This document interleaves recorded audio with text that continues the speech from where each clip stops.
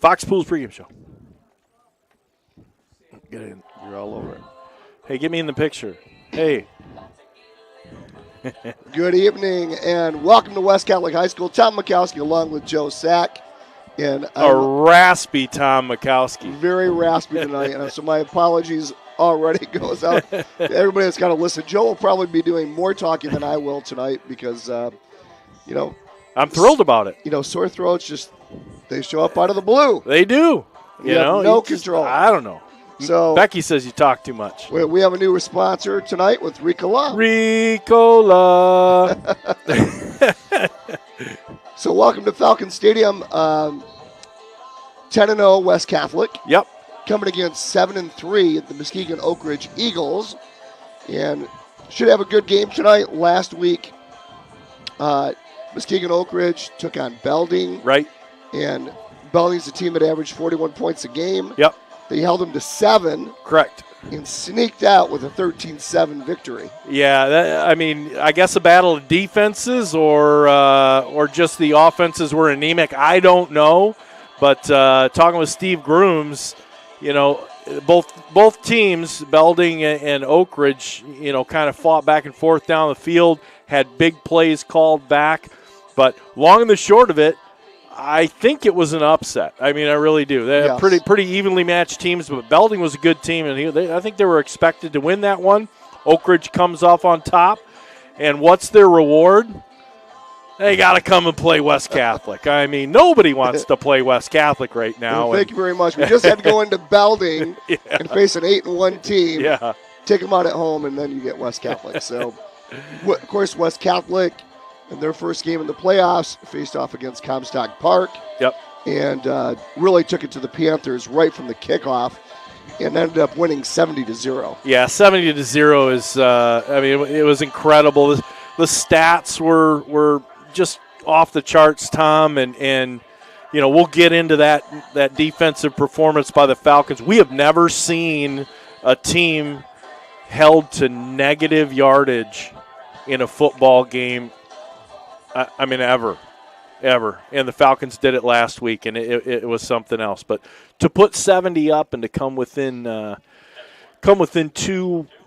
points of the school scoring record, here in the playoffs against a neighbor, you just have to take a look at these kids from West Catholic, especially defensively, and the swag that they've got and the confidence they've got in playing. But it's not there's no showmanship out there. Right. The performance is spread across that entire group and even into the depth guys. And I'm gonna say it's all about defense right now for West Catholic, even though the offense is phenomenal. Yeah, the offense is, of course, scoring at a record pace. We'll talk a little bit more about that. But you're right. There's no better word than dominating. That defense was unbelievable. Forced 4 turnovers. Right. Negative 11 yards rushing. Yeah. And they really did it from the get-go. Offensively, West Catholic was led by Charlie DeBrune, senior running back. He had 172 yards on only 10 carries. Yeah. So 17 yards a carry for Charlie.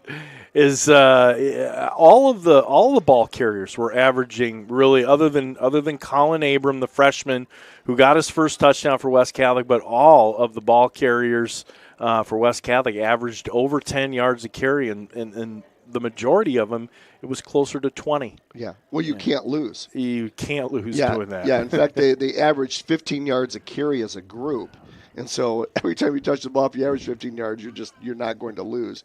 Charlie had 4 touchdowns on the day. That takes his season rushing total to 20 yards. Talking about rushing, Carter Perry touched the ball once, 1 carry for 70 yards for him and a touchdown. Right. Mike Murphy. What does Mike Murphy do? All he does is touch the ball and get a touchdown. So he touched it twice, and he had 2 touchdowns. Yeah, so he rushed for 46 yards. And so, Alec Wickstrom really didn't have to do a lot. No. He did throw the ball 10 times, right, but only 57 yards. And when you got a rushing attack like that, the key is for the quarterback, just don't make mistakes. And he's been Mr. Efficiency. There was 60% for 57 yards. It's just a workmanlike effort, but no mistakes made. Handed the ball off. one thing that I look at, within leadership and the preparedness of a football team, especially West Catholic this year, every once in a while you see a broken play, right? Somebody goes the wrong way, running back heads in the wrong direction, quarterback standing there and he's waiting for somebody. We have rarely, I can't even think of two instances where West Catholic has been off sync or any player has been off of their play. All of the assignments are carried out. This is a team that's well prepared, and I'm going to say that Alec Wickstrom, other than the center, he's the first guy to touch the ball on offense. All that is in his hands in that huddle, and he's done a tremendous job with that this year. Yeah, and I think that's a really great point you made, Joe, because there's not a lot of confusion. No. On offense, they know what they're doing. They know what to do. And that really shows when you look at the penalties this year. I think that team, even a year ago and then certainly 2 years ago, many more penalties. Yep. And this year, I recall games where there were 0 penalties. Right. The whole entire game, which speaks to everything, to the discipline that this offense has. Yeah, and those few penalties, considering Steve Grooms gave us a stat, West Catholic has had a running clock in 8 of their 10 games. All right, we're game 11. So some of those penalties, I'm gonna go out on a limb and say more than half of them have come from those second and third groups coming out on the field fresh, right? Haven't played a whole lot. And those mistakes are going to be made, and those mistakes are going to be learned upon. So, yes, crisp, clean, penalty-free, error-free football, and that pretty much defines West Catholic right now. Well, the offense ended up with a total of 403 yards on offense last week. Amazing. 103 total for Comstock Park. Of course, all that was through the air with that minus 11 yards rushing. But even the special teams, and we've talked about that before, and what's interesting, when you talk to the coaches at West Catholic, they'll say Nolan Reinhardt may be the best special teams player. Not in the conference. Not in the conference. In the state. In the state.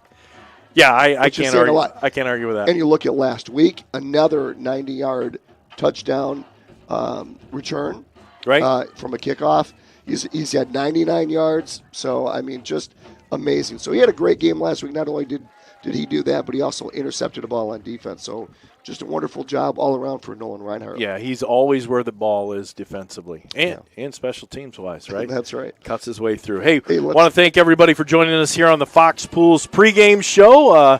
We are minutes away from kickoff, about 20 minutes to go here. And Fox Pools, of course, located on Alpine Avenue between 7 and 8 Mile Roads. West Michigan's best source for both in-ground or above-ground pools, accessories, etc. Fox Pools does it right.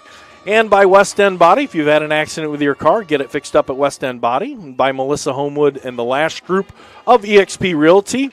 By Shaner Avenue Nursery. By Dubin Duba Attorneys at Law. Moore & Sons Roofing. Custom Caulking. Paget Business Services. Frank's Market. Lender Inc. Tree Farm. And, of course, your Falcon Touchdown Club, Tom. Here we go. We go. As you can see, West Catholic over Comstock Park. Right. Muskegon Catholic over Belding. Tonight, on the other side of the bracket, Catholic Central, our good neighbors across the river, Grand Rapids Catholic Central, against Berrien Springs. And the Shamrocks come to the north side of Grand Rapids, where last year, this is a rematch of last year's game, where Catholic Central actually won 56-0. Yeah, it's kind of interesting that their bracket has brought them down into southwest Michigan, or at least the teams are coming up from that Benton Harbor last week. And now, not too far away, 15 miles away, Berrien Springs comes in. And we remember we've had a couple of games against Berrien Springs. I think we had to travel there once. I know they had to travel here once in 2014 on a fun, snowy, cold night where – the tough kids went sleeveless, right? But the Cougars, I see them not getting too much of a fuss from Berrien Springs. And, of course, everybody's been thinking about the potential of a collision course between West Catholic and Catholic Central. Both teams have to get by today's game first in order to make that happen. So interesting stuff throughout Division 5. I've got a little bit of information on that too, but continue, Tom. Please. Yeah, just really quickly too. We talk about that powerful West Catholic offense. Yeah. Steve Grooms does such an excellent job for stats and has been with us every year that we've called games for the last 14 years. But I asked him, with this team, they're averaging now. They came into the playoffs averaging 49 points a game. Yeah. Almost 50. They scored 70 last week. That increases their average to 52.6 points a game, so almost 53 points a game. Yeah. So I said, Steve, what is the record? That's got to be a record. And he went into the archives as only Steve Grooms does, and he said the 2014 team scored 577 points in the season, and they averaged 41 points a game. Now, West Catholic averaging 52. Yeah. They're averaging 11 points more per game than the record in the history of West Catholic, which is mind-blowing. And I remember that season well. Of course, my son Riley, middle linebacker of that crew, and he and I have had some conversations on that, and he's arguing. He says, kids don't want to play football anymore. He says, you're not going to run into teams like that. He's defending, of course, sure. their state championships. And, your era is always the best. And I'll tell you what, it doesn't matter. All of these teams that, lately West Catholic's been putting on the field have been phenomenal. Yeah. Yeah. There's no doubt about that. But records are meant to be broken. Am I right? That's exactly right. That's exactly right. Well said. Well said. Defensively, last week, just to kind of tie that up, Gabe Schwieters, that kid has had a phenomenal second half of the season. Last week, he led the way with 7 tackles. Also had a fumble recovery on the night. And then, our lunch pail kid, Chris Schaub. Oh, that thing's getting dented up, man. Yeah, he had 5 tackles again last week. And a host of Falcons had like five tackles. He leads the way with 54 tackles. And stick with us. Halftime show, we are going to have his dad. Special guest, Chris Schaub Sr., who is part of the science department, and he's going to have a whole bunch of stuff to talk about here at halftime, and we'll appreciate having him up. But one of the things that, as I was preparing for tonight, I thought was really interesting is that with Oakridge coming in, pretty good offense. Right. They average 26 points a game. Right. Which is only half of what West Catholic averages with the 52. And you'd be remiss if you didn't, when you talk about those 52 points a game, we alluded to it when we talked to Coach Grove after the game last week, Joe, is like you've got to give so much credit to that offensive line. So Dakota Myron, Jake Timmer, Gabe Powers, Josh Mitchell, Crew Christian, those guys are creating monster holes for the running backs to go through. Now, don't get us wrong, Charlie DeBrune is one tough guy to get down. But you give all the credit in the world to that offensive line. And the blocking just doesn't happen up front. You've got guards that are pulling. You've got some stunt blocking going on, and those are carried out deep. They go back into the linebacking core. If you watch these guys, their engagement is very interesting. The other thing that I look at, and we've looked at a little bit of film and seen how these guys run, but you'll find a number of runs done by Charlie DeBrune and Connor Olszewski, Mike Murphy. If you'll watch them, a lot of kids will veer off and they'll start running around a block.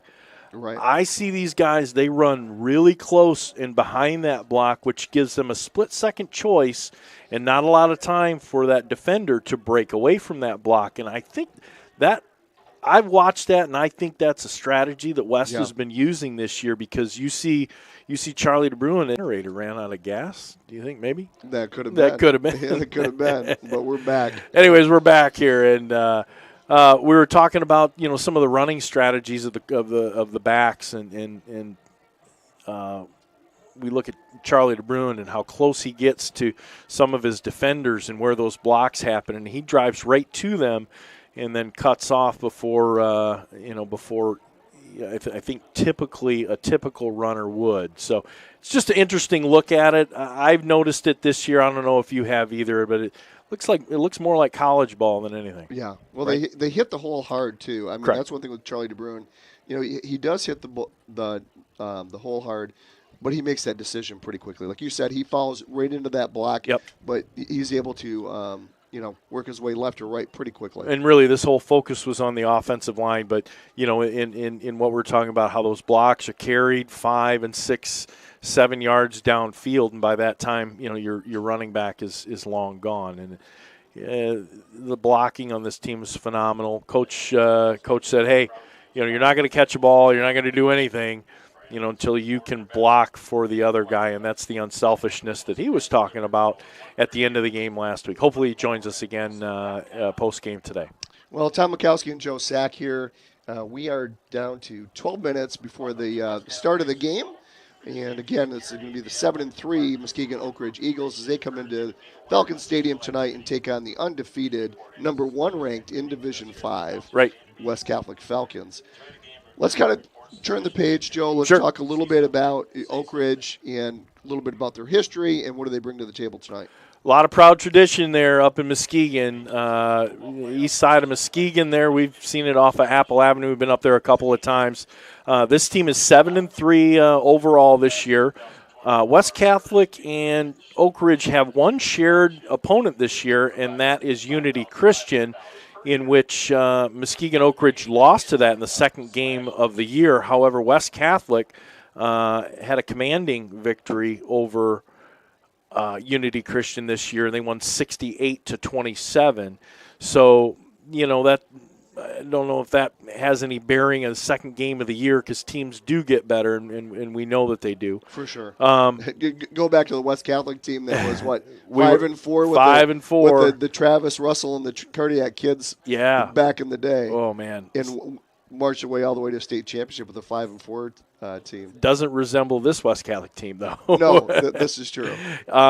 So they started off with Sparta this year, and that was a win, 27-15. Of course, the Unity Christian game that they lost, 21-33. They then played Manistee, who's a good team, playoff team this year, and had a loss there, 15-20. So that was a pretty close game, 5-point spread. Then they played Ludington, a 29-21 win, another tight game. Fremont, 26-14 for a win, and then Whitehall. And Whitehall's super team this year again, and that was a pretty lopsided loss for the Eagles, 48-7. Then on to Orchard View, 50-18. Ravenna on a down year with the win with Oakridge, 48-13, and then Montague. Again, a down year there, 35-14, and that's a win. There's 3 playoff teams that encompassed the Oakridge regular season this year, and that would have been Manistee, Whitehall, and Montague. And then, of course, the win last week at Belding, 13-7. The enrollment on this school, of course, they're D5, obviously, 573 for 2023. They're in the West Michigan Conference, the Lakes Division, as opposed to the Rivers Division. And I think the underclassmen play in the Puddles and the Creeks Division. Anyways, I digress. Head coach Kerry Harger, we remember when Coach Sugars turned this team over to him 12 years ago, and he's 115-29 to date. They have a deep tradition in the playoffs. They're a 3-time state champion. This is their 19th straight trip to the playoffs. Say that record again. 115-29. Yeah, 115-29. I mean, it's squared up. I mean, they're phenomenal. Yeah, they're like I said, they've got a very strong program. That's 80% of their games. Correct. They play an aggressive 3-4 defense, and they run the wing T quite a bit, but they will snap out into a spread and give you some different looks without any notice whatsoever. If they see opportunity, they're going to do that. So that'll be an interesting split in the offense. The majority of it, 65, a little bit better than 65% of it has been on the wing T. So it's hide that ball and have to tackle each one of the potential ball carriers. That's the only way to defend that, and it's a very structured, very disciplined defense. Darren Smith's got that down. West Catholic's played a few different teams. Edwardsburg, obviously, they play quite a bit of wing T. Unity Christian plays wing T with some variants to it. And who was the other team that think there was 3, Steve Grooms was saying. Anyways, Anyways. Eagles have won 15 district titles, 7 regional titles, and have made the finals 5 times. And, of course, the 3 state titles, 97, 2005, and 2008. And Oakridge has got a lifetime. This is a great stat, too. 420 wins, 182 losses, and 3 ties. So they've got nearly a 700 win percentage at 679. That's a good program, and West Catholic knows it. They've met a number of times, 5 times in the playoffs, and West Catholic leads it 4-1. And so they're hoping to obviously advance that tonight against Oakridge. Lights are on. It's a cool but comfortable night tonight here. Yeah, we've got about 50 degrees and a nice fall night. I mean, a perfect night if you're playing high school football.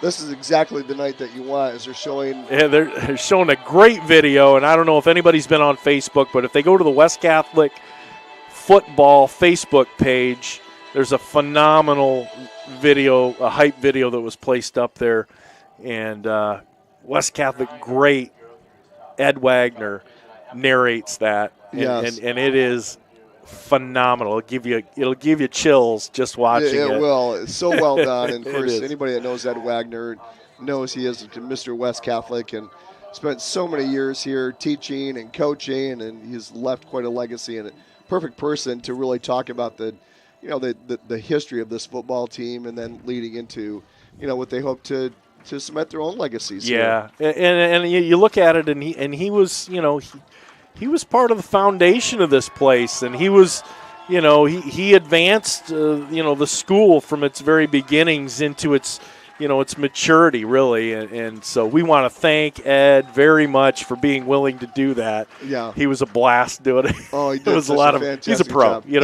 so a if pro. you haven't seen that, go into the take a look.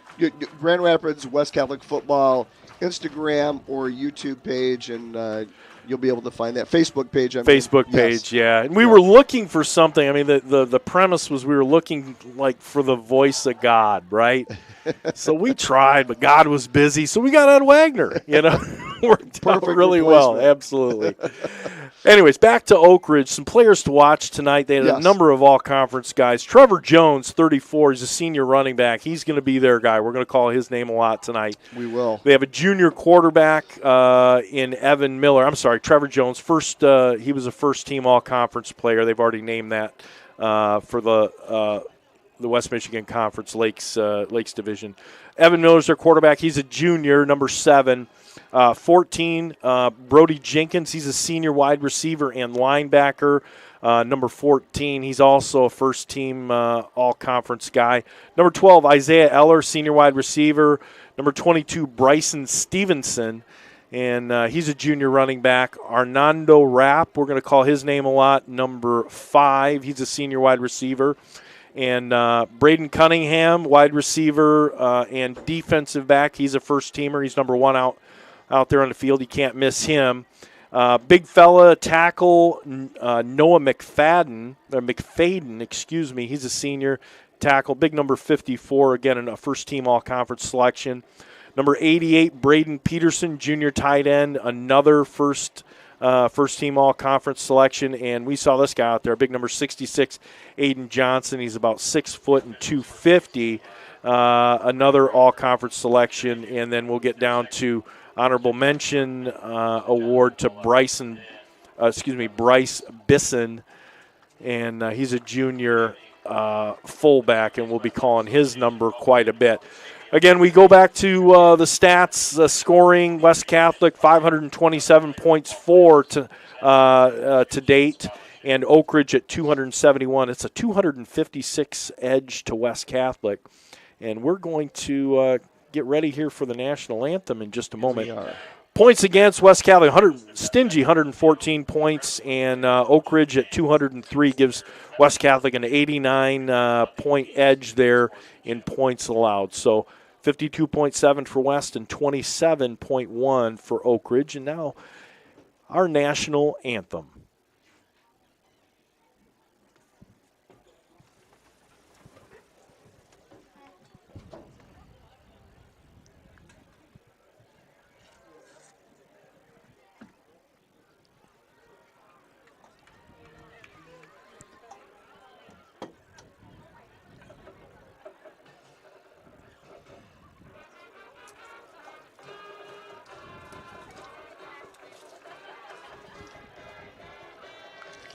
Maybe not.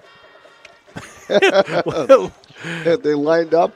They lined up and they were ready to go, and everybody's standing for it. Hey, just taking a look around Division 5. Of course, Grahams Catholic Central in Region 2 playing Berrien Springs, a 6-3 team. Grahams Catholic Central, a 42-6 win over Benton Harbor, and M Live has them a pick at 42-7. They will face the winner of today's game here at West Catholic. In Region 1, Ogama Heights versus Kingsford. 9-1 Ogama Heights, 9-1 Kingsford. That's a big game there. Frankenmuth and Birch Run. That game takes place at Frankenmuth. In Region 3, the big one everybody's looking at, probably would have the same weighting as a West Catholic and Catholic Central matchup. Absolutely would. Corunna at 10-0 and 9-0 Pontiac Notre Dame Prep facing each other tonight. That's a big one. 9-1 Marine City and Macomb Lutheran North at 8-2. They face each other. We'll be back in just a moment. Here's our national anthem.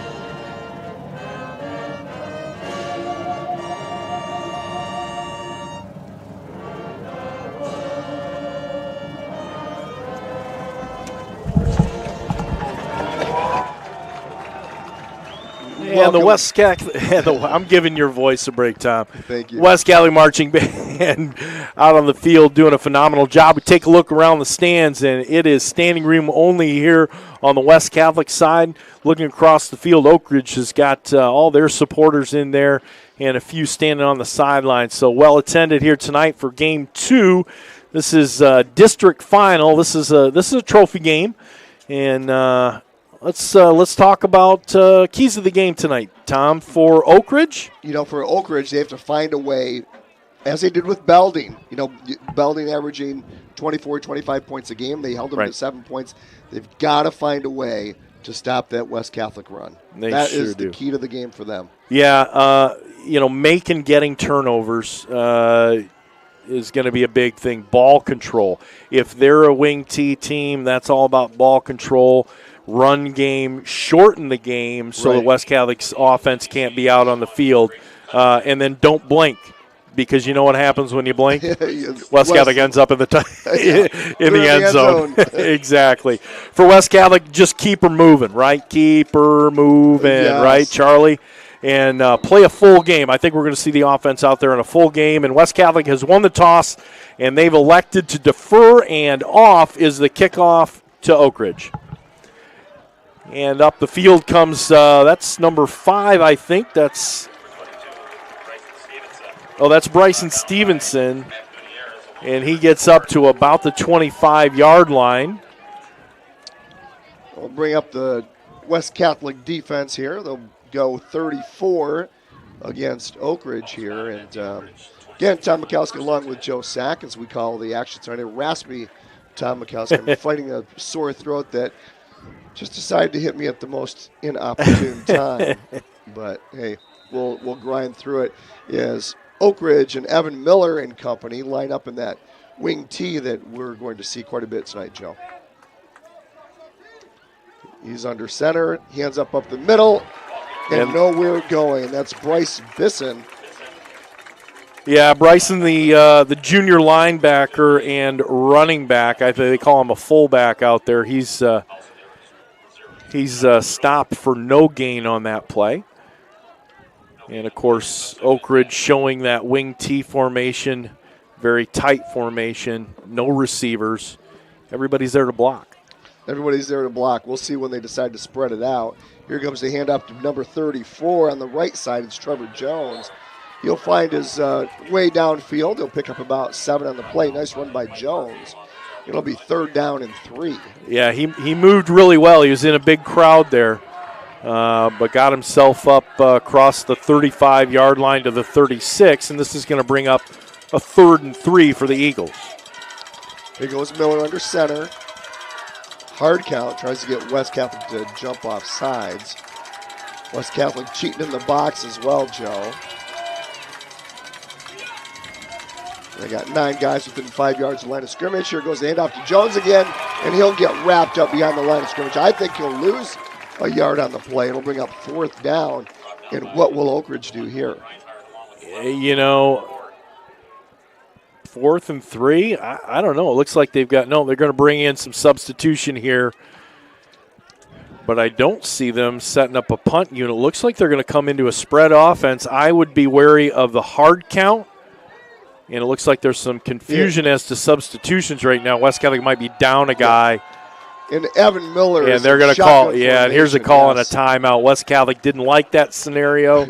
Interesting how we talked in pregame about, there's just doesn't seem to be any confusion at all on the West team. And, here we have it on the first possession defensively, but really important 4th down play. So wise timeout by Darren Smith and company. Yeah, absolutely. I didn't even know if they had enough guys on the field. It looked like there were some substitutions that there was maybe 10 on the field, maybe 13. You want to get called like Notre Dame did a couple weeks ago. Right. 10 guys on the field exactly at the goal line. Hey, since 1965, West End Body's been serving Grand Rapids when those days happen, and they do happen. So if you've had a mishap with your vehicle, call Gavin Retzke to get everything fixed up. They're working with all insurance companies, and West End Body is your single source for collision repair. West End Body located at 1693 Leonard Northwest. And they sponsor our halftime show. Both teams break out of the timeouts and are back on. We see Oakridge in a spread formation. We're going to watch that hard count, Tom. Here comes Miller trying to get them to jump. They would love to pick up an easy 1st down. Here comes a snap, and here comes a quick kick by Miller. Gets off a good kick. Nobody back for West. As West decided to bring everybody up just in case they decide to go for it. Ball will fall down at the 20, and that's where West Catholic will get started here in the first quarter, and a scoreless first. Fox Pools located on Alpine Avenue between 7 and 8 Mile Roads. Fox Pools, West Michigan's best source for both in-ground and above-ground pools, featuring a full-service showroom with chemical supplies and accessories, offering annual closing and opening service as well as repairs and installation. Fox Pools does it right, and they sponsor our pregame show. Here comes the West Catholic Falcon offensive unit from the 20-yard line. Tomakowski. Yeah, Alec Wickstrom, shotgun formation. He'll have DeBruin off to his right, 2 right, 1 left. Wickstrom gets it, hands it up to DeBruin, and he'll fight his way maybe for a yard or 2. And look who's there, Trevor Jones, in on the tackle. No, that's number 14. Sorry, it's Brody Jennings. He was a first-team all-conference selection. Yep. Nice job from his linebacker spot. Hurry up offense for West. Wickstrom will go right. He'll pitch it out to DeBruin on the near sideline, and he loses the ball. He hit his own man who was on a block. Wow. And it was Cole Bauer that was placing a block. Charlie went right into the back end of him. Ball came out inches from the sideline and wisely covered it up and got himself out of bounds. It's going to bring up 3rd and 3 for the Falcons. They go left to right on your radio dial. They're green uniforms, white helmets. Here goes handoff to DeBruin, and he goes nowhere. Nice job by that Oakridge defense. And, we called it a pregame, right? Key of the game. Oakridge stopping the running game of West. They've come out and done it here. And we have not seen this, have we? No, we have not. We have not seen West punt in their very first possession. I don't remember since when. Nope. But it looks like the unit's out. I don't know. They've only got 2 yards to go. I don't think they're going to do it. They're going to go for it here. 4th and 2, ball's at the 28. And they are going to go for it. Here goes the run. He breaks the tackle. He's at the 40. Got one guy to beat us. Charlie DeBruin. He's at the 30, 20, 10, Touchdown, West. On a Wildcat formation, direct snap to Charlie DeBruin. I don't see any flags on the field. And that's our first Custom Caulking touchdown of the game. Charlie DeBruin taking that on a 4th and 2 from West Catholic territory. How long was that? It was 62-yarder. And he had one man to beat. Everybody had sold out in the Oakridge group. They were all pulled up the line of scrimmage to stop that. 72 yards. Yes. And West Catholic on the board quickly. Again, don't blink, folks. Unbelievable. The hold is down, the kick is up, and it's good. And West Catholic has a 7-0 lead over the Oakridge Eagles at the 8:41 mark here in the game. So, West Catholic on their first offensive possession goes out and takes care of it, and we're going to take care of some bills here. eXp Realty is the national leader in real estate, and Melissa Homewood is your local expert when it comes to buying or selling your home in West Michigan. Melissa can orchestrate market watches, property searches, and home value assessments to make your buying or selling process as thorough as it can be. You can find Realtor Melissa Homewood on the web at melissahomewood.com. That's melissahomewood.com. Melissa Homewood, the Lash Group, and eXp Realty, your real estate done right.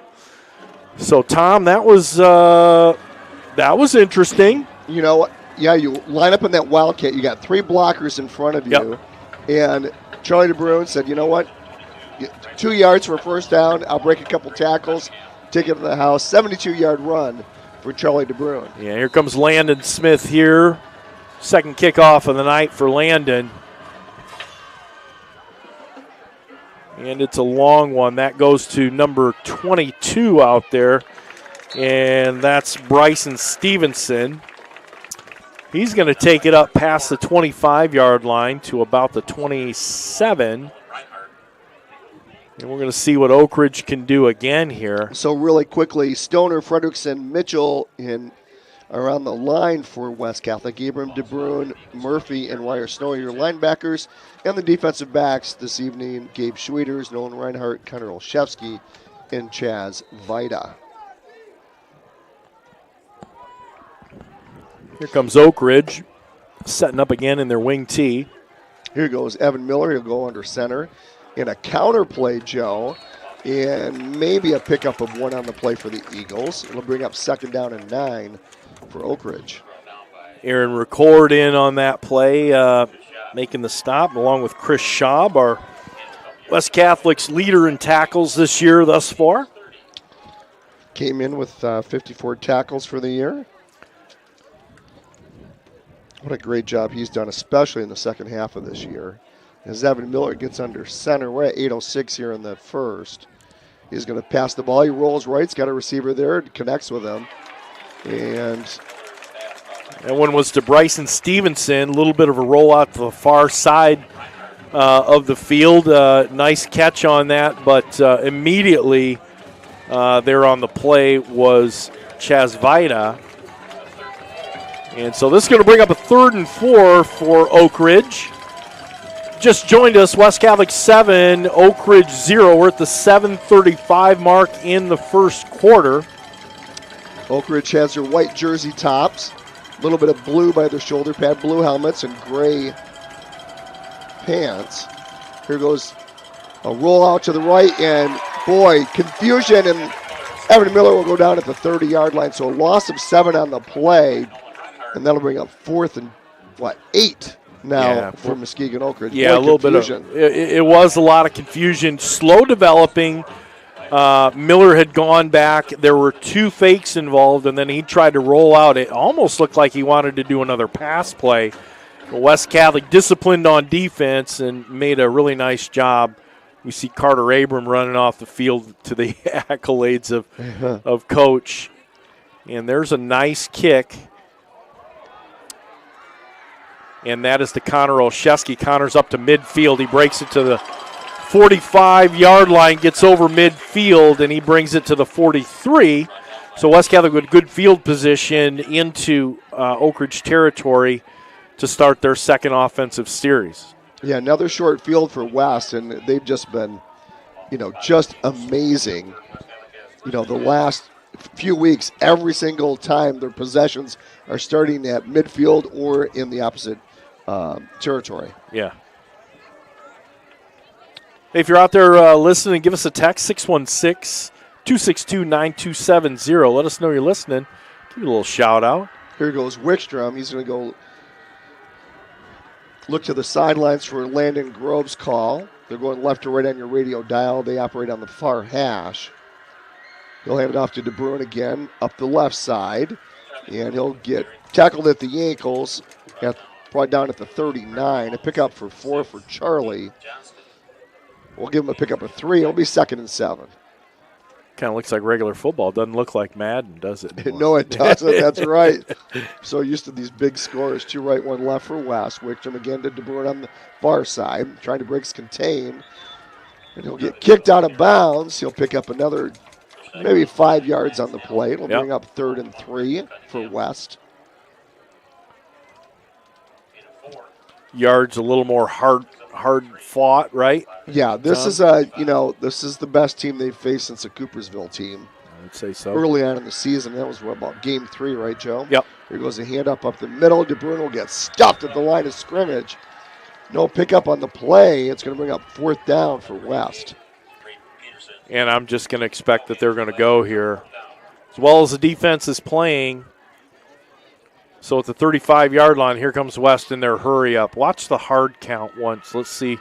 Huge 4th down play. Carter Perry goes in motion. Fake to him. Wickstrom rolls right. He's got a receiver there at the 30, 20. It's Charlie DeBruin. He's at the 10. All the way down to the 5-yard line goes Charlie DeBruin. That's a West Catholic 1st and goal. Yeah, interesting out there. Charlie was taking a look and was trying to find Ryer Snow, who was laying a block out there, but had to cut it back towards midfield and into some of the Oakridge defenders. But he got down to about the 6-yard line or the 7, and here comes West Catholic on 1st and goal. And Mike Murphy gets the ball as he comes in for DeBruin. He'll take it down to the 7-yard line. You can see where a lot of these, Oakridge has got some pretty sizable guys out there, and it's just a different level of player for the West Catholic offensive line. And Murphy's off to the left of Wickstrom. He'll stay in there. Stoner will go slot right. 1 right, 2 left for West. Wickstrom steps up to the line. Now he steps back. He gets it.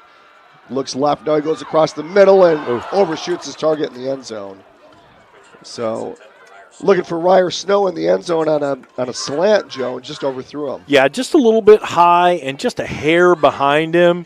Usually that's a throw that Alec is going to make each and every time. I think he had to adjust a little bit. That defensive front was coming up. There were some hands up and trying to throw that a little bit more creatively. But here comes West now, 3rd and goal from the 8. I formation goes Murphy right behind Wickstrom. He's going to get a pitch out from Wickstrom on the left side, and he'll get tackled for a loss. Oh, huge loss on the play. Now this is going to be a big decision for West. They're not even going to think about it. Nope. They're at the 15-yard line, 4th and goal from the 15. I think you take out your kicker. You're going to trot out Landon Smith, and we'll who has all of 1 or 2 field goal attempts the entire year. But they counted. And they did. They really counted against Coopersville. It's going to be a 30-yard field goal for Landon Smith. Carter Perry holds. Here comes the snap. Carter Perry gets it down. It's a low snap. Is it going to go in? He gets it. Just over the crossbar. 30-yard field goal. And West extends their lead at the 4:07 mark of the first. 10-0. Landon Smith, nice job. 30-yard field goal. Can we call that a custom caulking field goal? Why not? Absolutely. Why not? It's a score. So nice job. 10-0 West Catholic, 4:07 mark. If you're just joining us here, Division 5, Region 2, and this is a district title game. And West Catholic now jumps out to a 10-0 lead. And if you need a roof or you need to repair your roof, choose Moore & Sons Roofing, where you don't just get a great roof, you get a great roofing experience.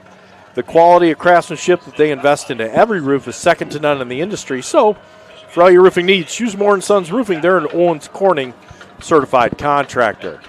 Here comes Landon Smith's third kickoff of the night, and he got a field goal just a moment ago, a 30-yarder, and here is the kick. It's a high kick, and that's going to go to number 1, and that's Braden Cunningham, senior, 6 foot. Looks bigger than 150 pounds, doesn't he, Tom? Yeah, he gained some weight over the season. I think he did. They do this back in August, Joe. Right. Team dinners, boy. Those moms, they make casseroles and lasagnas. These kids eat well during the season. You put on 15 pounds during the year. Yeah. Here goes Evan Miller. Of course, really tight T formation for Oakridge. Big shift defensively. And up to number 34, Trevor Jones over the right side. They like to go to Trevor Jones, and why not? He's an all-conference first-teamer. And he'll pick up about 4 or 5 on the play. We'll give him 4. It'll be second down and 6 for Oakridge as they trail 10-0 with 3:42 left here in the first. Take a look across the field there in the stadium lights, Tom. We've got a really light rain coming down. Just a miss. They said it was going to not be heavy tonight. No, but it should be cutting out at about 8 o'clock, right? Here goes Miller under center. He's going to hand it off on the right side, and slipping there and falling is Bryson Stevenson. He'll pick up maybe a yard on the play. It'll bring up, we'll call it 3rd and a long 4 for Oakridge. Yep. Ball's just over the 35-yard line, maybe to the 36. We're hitting the 3-minute mark here to go in the first quarter of play. Just joining us, West Catholic 10 and Oakridge 0. This big Division 5 playoff matchup. Here goes Oakridge, going to pass. Evan Miller looks over the middle and overthrows him, almost picked off. Oh, my goodness. Guess who was there? It was Chaz Vida, in and out of his hands at the 45-yard line. As Miller overthrew his target, and Vida almost picked it off. He did. He had to lay out a little bit. That ball was low when it got to Chaz. Did his best to get down there. I think it hit him in the 2, right? Yes. And just kind of bounced off of his shoulder pads. Now we're in a punting situation. And back down. is Connor Olszewski. Miller. Now, it's interesting here, Joe. The quarterback's not back in full punt formation, so West Catholic has to play it honestly. Do you have a guy back there to receive the punt? Now, here goes Evan Miller. He'll step back, and he'll kick it over to the right side. And Connor Olszewski was in the middle of the field, so he's nowhere near the ball. It'll take an Oakridge bounce all the way inside the 35. And that's where West Catholic will get going as they lead 10-0 at the 2:38 mark here in the first. Yeah, they're going to mark it right at the 30-yard line, and that's where it bounced out of bounds. West Catholic come out for their next offensive set, and fall's a great time to create the beautiful landscape you've been wanting around your home. And Shaner Avenue Nursery is the team you need to make this project a reality. Kristen Perez, a proud West Catholic parent from Shaner Avenue Nursery, will meet and design the look you want to make your home the envy of the neighborhood. So contact Shaner Avenue Nursery and Kristen Perez at 616-293-7228. And here comes the West Catholic offense led by Alec Wickstrom and Charlie DeBrune. 2 right, 1 left. Wickstrom's going to be back to pass. He's looking to his right. He's got a receiver out there, and he completes it to Carter Perry. He's up the sidelines, breaks his ankle tackle at the 30. He's at the 10. Touchdown, West. 70 yards. Carter Perry tiptoed down the sidelines. Well-delivered pass by Alec Wickstrom. And our 3rd custom caulking touchdown of the night. Carter Perry, man, oh man. Boy, he ran a tightrope down here at about the 40-yard line, didn't he? He broke 1 ankle tackle and he was gone. But what a great pass by Alec Wickstrom, setting up in the pocket. A long throw to the near sideline, Joe. That's not an easy pass. He hit Carter Perry in stride, and they got 6. Yeah. There's cover 2. I'll tell you what did we say in the beginning? Don't blink. Yeah, don't blink. West Catholic now up 17-0 after the Landon Smith extra point, 2:25 to go. And Duba Attorneys at Law with law offices inside the Amway Grand Plaza Hotel. Duba's specialized in business transaction, mergers and acquisitions, real estate, and estate planning. They're a true West Catholic family of students, coaches, boosters, and volunteers. Let Duba and Duba Attorneys at Law help with all of your legal needs. Tom, I think they were in like a cover 2 right there because they found a little gap in the second section of the zone there, second level of the zone, and that's where Alec Wickstrom hit Carter Perry. And then he just turned on the jets, and away he went for West Catholic's Hey, we want to give a shout out to Yeah. Chad Kramer, who's done all these hype videos this year. Yeah. He's streaming from Ouagadougou, Burkina Faso, which is in Africa. Yeah, And that's not easy for me to say as Landon Smith kicks the ball off.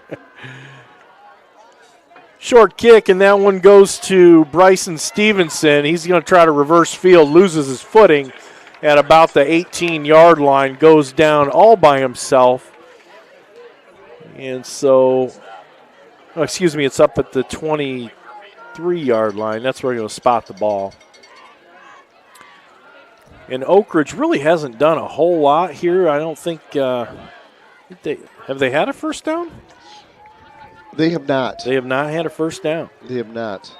I think the longest play from scrimmage is about 7 yards for Oakridge. So Oakridge is deciding that, like most teams, they can't pound the ball. So they're going to go back to spread offense. They're going to go trips right, one left. Hand up the middle.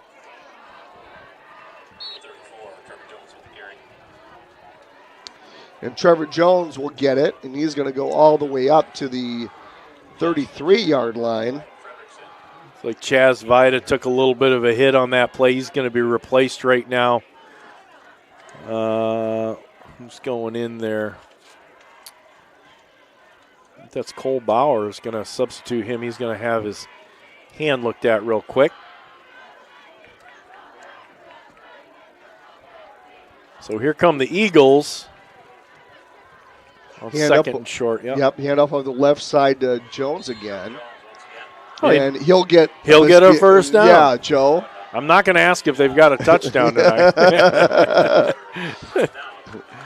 As Oakridge picks up the first down, their first of the night. Yeah.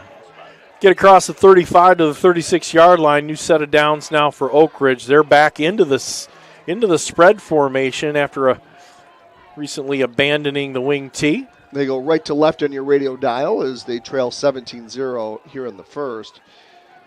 Miller will look to the sidelines and get the play call. Trips left, one right. Here goes the hand up again. And it's going to be Trevor Jones again, the workhorse. He carried it, 27 times last week, so they're not afraid to give the ball to that guy. He had 138 yards on 27 carries last week.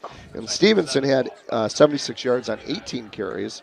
So just between those two guys, you're talking 45 carries last week for the Eagles.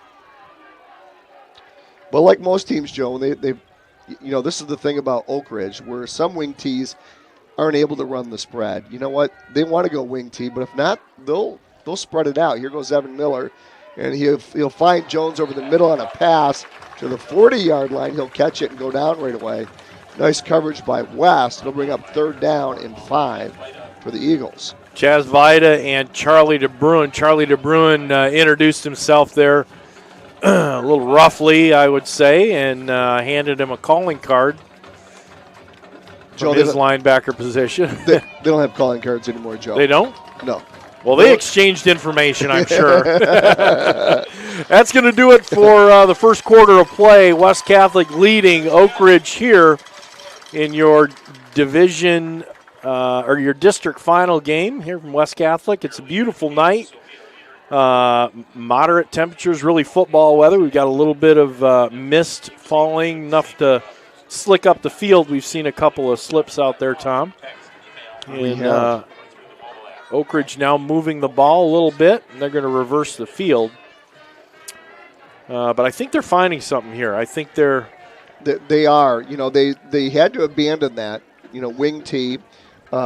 West Catholic. Every opponent that West Catholic's had this year that has run the wing tee, they have not been able to run successfully on that front line of West Catholic. So You got to hand it to West. They're forcing Oakridge into something they are comfortable in doing the wing tee. They just don't want to do it. Right. Well, they're forced to do it. Yeah, and when you set up in that wing tee, you draw the entire defense. It's a natural sellout.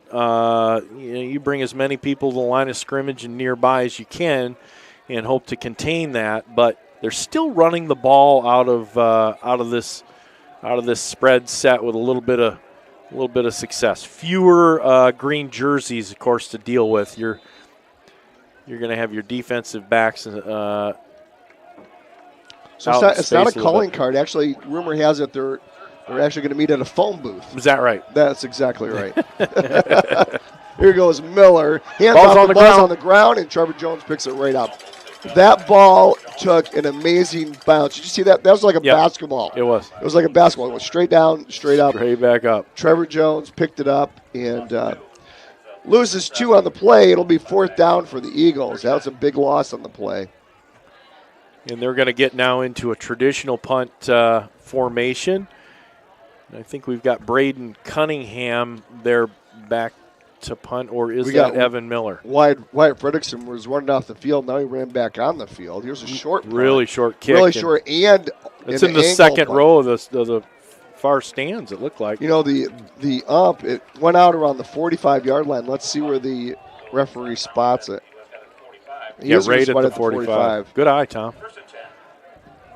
I almost thought it went out even prior to that, All right. I want to thank a few more of our sponsors. Yeah, Padgett Business Services is your small business expert for tax preparation, bookkeeping, and payroll. And don't have your tax prep and accounting be a coin toss. Leave it to Padgett Business Services to get it right.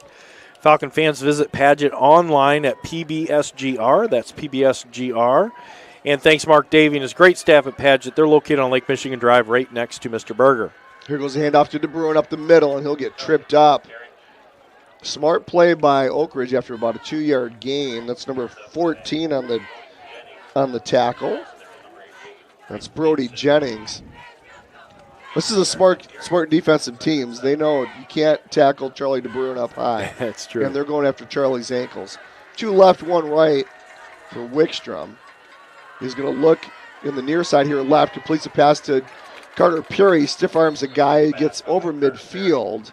He'll get down to the 48-yard line. So nice pickup of about another 4 yards for West. It'll bring up 3rd down and 3 at the 48 of Oakridge. Boy, Carter had a lot of room in front of him, but nice pursuit by the Eagles to allow him to just about a 3.5 yard gain. West operating in the near side, hands it off to DeBruin. DeBruin cuts it outside, he's trying to break contain, and he'll be pulled down. Wow, nice tackle out there. But it's going to be a West Catholic 1st down. But a very smart run by Charlie when he saw that the Eagle defender, Bryson Stevenson, had him by the jersey. He did a little bit of a twist and fell forward and got that extra 1.5 yards that he needed for a 1st down. So here come the Falcons and Alec Wickstrom out of the gun. Fake to DeBruin. Now he looks over the middle. He's going deep to Carter Perry. He's got him, and he overthrows him.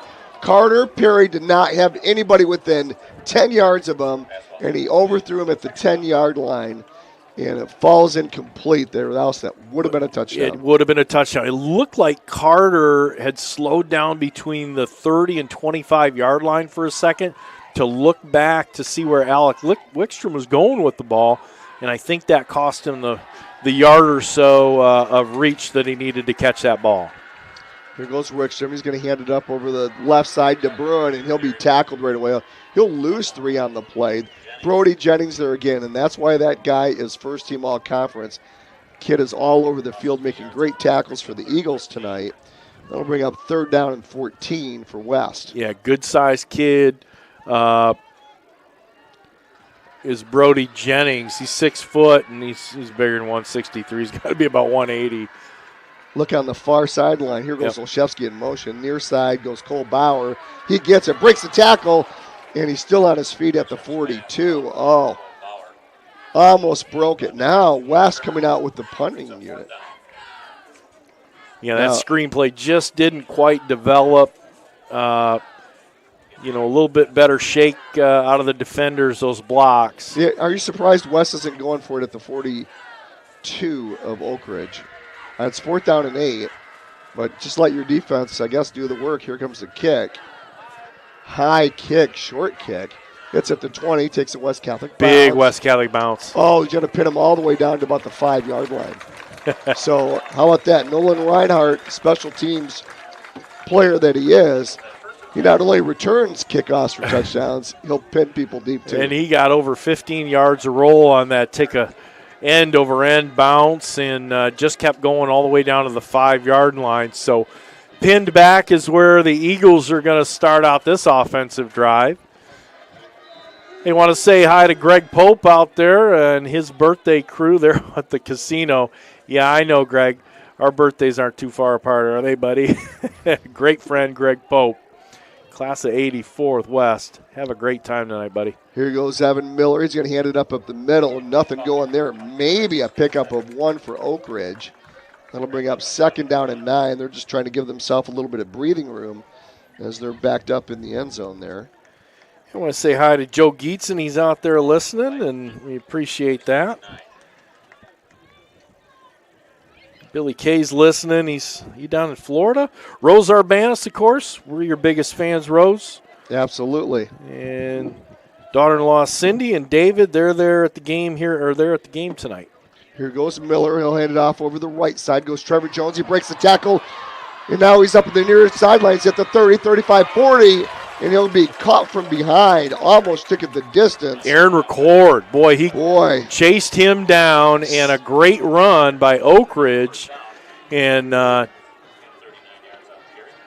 Trevor Jones, he really did. He broke free, and all the West Catholic defenders were wrapped up. But Record saved a touchdown, and Oakridge gets all the way out to the 45-yard line, their own 45-yard line. Jones is a great running back, but he doesn't have the speed of Aaron Record. Here goes the rollout to the left, goes Miller, and he'll overshoot his target down at the 38-yard line. Looking down there for number 81, Evan Josa. He's a junior, 6'7", 260. How big? 6'7", 260. It's a big tight end. He's only a junior. It's Travis Kelsey. He's a big boy. I literally think that is Travis Kelsey, 6'7", 260. I think so too. Oh, we see the wing tee again. Yep. Here goes 2nd down. Hand up over the left side to Stevenson. He fights his way back to the line of scrimmage as Bryson Stevenson. Stevenson's a junior running back as well. Mary Lynn and Tony Arbanis, they're listening. Appreciate you guys. Yeah, Mary Beth Vachon, how are you doing? Kevin Bichon, everybody's asking why there's no video. I know. MHSAA rules. They own the rights to this broadcast. Sorry. Here goes Evan Miller, and he'll roll left, and he'll get tackled for a loss on the far sideline. So loss of 2 on the play will bring up 4th down. Yeah, we would love to show video. Unfortunately, MHSAA does not allow anybody else to show video during the playoffs, other than their own broadcast network when they cover some games. So, Sandy Miller's listening. Hi, Sandy and Brian. Right. Or excuse me, Myers. Sorry, Sandy Myers. Yes. Carl Myers' parents. And so now we've got a 4th and long situation. Oakridge sets up their punting unit. What an outstanding career Carl Myers had here at West. Sure did. And that punt hit at the 32-yard line and stuck right in the ground. And it's going to be marked at the 30-yard line, or the 31. No, they're going to say the 30, Tom. Actually, 25. Or excuse me, 25. Yep, it'll be at the 25. So, yeah, thanks for listening out there. Thanks for putting up with my groggy voice tonight. Is a sore throat hit me today, an uncanny timing. But trips right, 1 left for Wickstrom.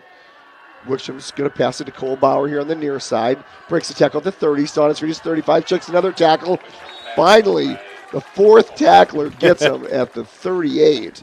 It'll be a West Catholic first down. He almost got brought down by his own teammate, big number 71, Jacob Timmer. Ran right into the back side of him. And a great spin move to free himself. Yes. That was a great spin move. Here goes Wickstrom. Trips right this time.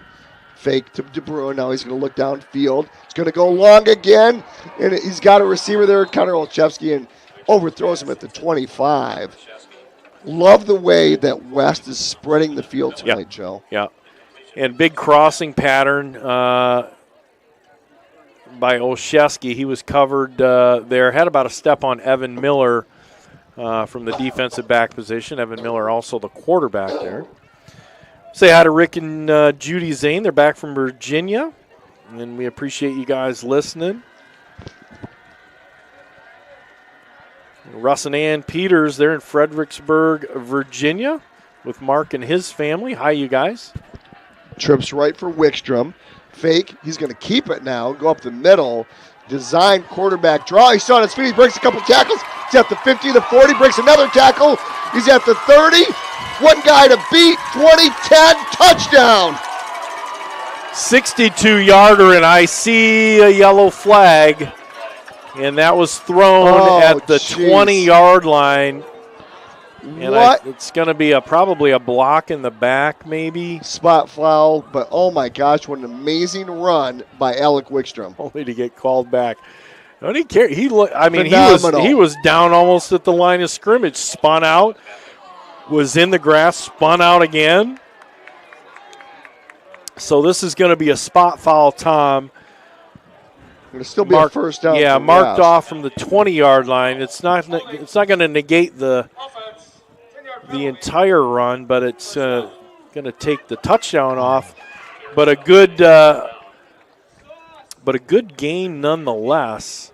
It's going to bring it to the 30-yard line of Oakridge. So 1st and 10 from there, but what a phenomenal run by Alec Wickstrom. Trips left now for Alec.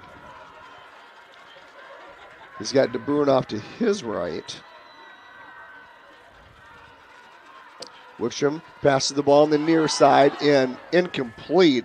He overthrows his target here. Carter Perry and this is great, Joe. Get Carter Perry the ball out in the flats, out in the open where he's got room to run. Right. So an incomplete pass, it'll be 2nd down and 10. Bob and Pat Franzak and Laura Franzak Van Buren and Kevin, they're listening from Fort Myers Beach. Hi, you guys. I formation, DeBruin behind Wickstrom. He'll take the ball over the left side. Stiff arms one guy at the 32, breaks the tackle inside the 25. So pick up about 5 on the play.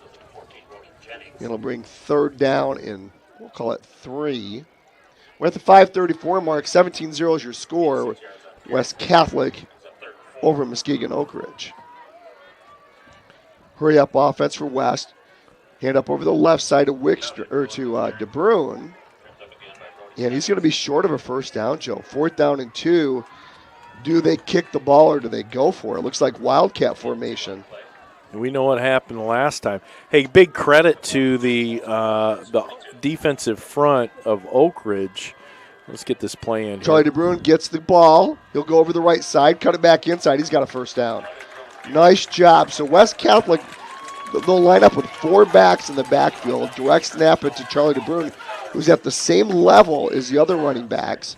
And he just follows the blocks into the line. Nice job by Charlie. It'll be 1st and 10. Ball's at the 16. Boy, West in a real hurry up there. Sure are. Wickstrom, shotgun formation. Stoner goes slot left. DeBruin off to his left. Here's Wickstrom. He's in the pocket, going to pass. Got plenty of time. Looks over the middle. Got a receiver there in and out of their hands. Looks like Carter Perry in the end zone. Yeah, good coverage there by Evan Miller. But, that ball hit Carter Perry in the hands. I almost want to say that the coverage Evan Miller gave, he might have had a hand in there and was able to knock that out. But well-delivered pass by Wickstrom. Just better defense. And they are at it again. Here we go. Wickstrom gets the ball, hands it up to DeBruin up the middle. He'll get ankle tackled there after a pickup of 2. That's number 2, Julian Primer, senior linebacker in on the tackle. He's 6 foot, 203 pounds. If you're just joining us, it's West Catholic 17 and Oakridge 0. We're at the 4:15 mark in the second quarter. Be sure to join us for the West End Body halftime show. Chris Schaub Sr. from the Science and Math Department of West Catholic is going to join us, and be interesting. Here's a new set for the Falcons. I formation. DeBruin gets it up the middle, dances his way to the 10, 5, touchdown West. Charlie DeBruin with a touchdown. 14 yards out of the I formation. Charlie went right off his guard and got himself into the linebacking core and saw the end zone, and another custom caulking touchdown for Charlie DeBruin. I mean, how about that West Catholic offense? So here's Landon Smith on for the extra point. Here's the snap, the hold, the kick is up, and it's good. And at the 3:52 mark, just before halftime here, it's West Catholic 24 and Oakridge 0. And the new Frank's Market is located at 1020 West Fulton in Grand Rapids. They feature the area's best fresh and smoked kielbasa, awesome steaks, succulent roasts, hot shots, deli meats.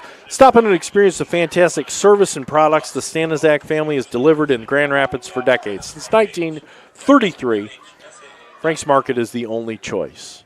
And Custom Caulking is the contractor's choice for waterproofing and crack sealing in West Michigan and beyond. Both residential and commercial custom caulking should be your only call. On-the-spot color blending and friendly service is what to expect from Custom Caulking. And the Norder family proudly supports West Catholic football and all Falcon athletic programs. And Lendering Tree Farms, they're located at 1401 House Street in Belmont.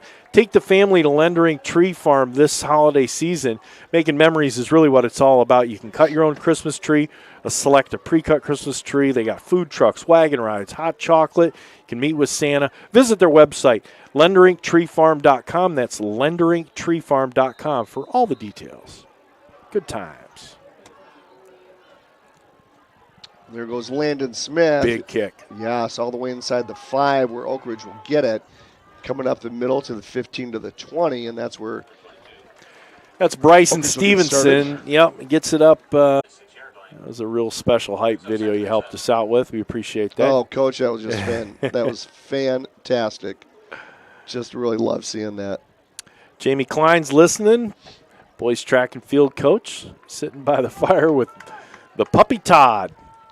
Shotgun formation, the ball's on the ground, and Evan Miller's just going to cover it up all the way inside the 10. So Evan Miller couldn't get the errant snap, and they're going to lose about 10 on that play, Joe. Maybe even more than that, maybe like 15.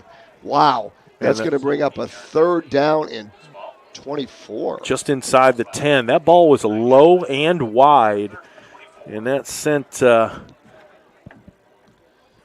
Miller scrambling. Going to be back all the way to the 9-yard line. So 3rd and 24. We're at the 2:26 mark. Falcons over the Eagles, 24-0. In shotgun formation goes Miller. He's going to get pressured. Now he releases it, and it's going to be picked off. That's Nolan Reinhardt on the far side. He's at the 25. 20 still on his feet. And in for another touchdown. Whoa!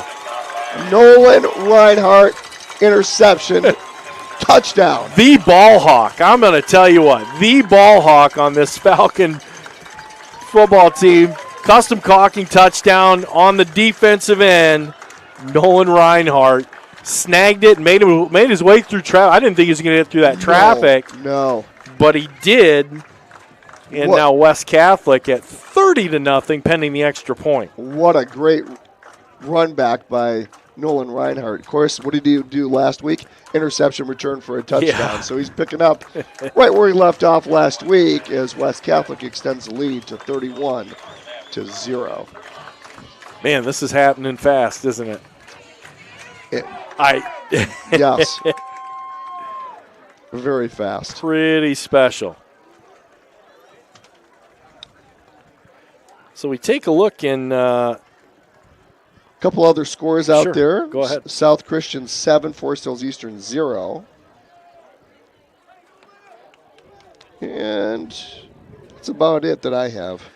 So West Catholic Shadow Days, if you're considering West Catholic for your student, sign them up for a West Catholic Shadow Day sign them up for a West Catholic Shadow Day. On a West Catholic Shadow Day, 8th graders and potential transfers are paired with West Catholic students to experience a day in the life of a West Catholic student by sitting in a few classes, eating lunchroom, and meeting future classmates. Your child will get a first-hand look at what they will experience during their time at West. Visit grwestcatholic.org/admissions for more information and to sign up. Landon Smith with the next kickoff, and it's a little bit of a short kick. And it went to about the 13-yard line. Again, number 22, Bryson Stevenson, gets it out to about the 26-yard line.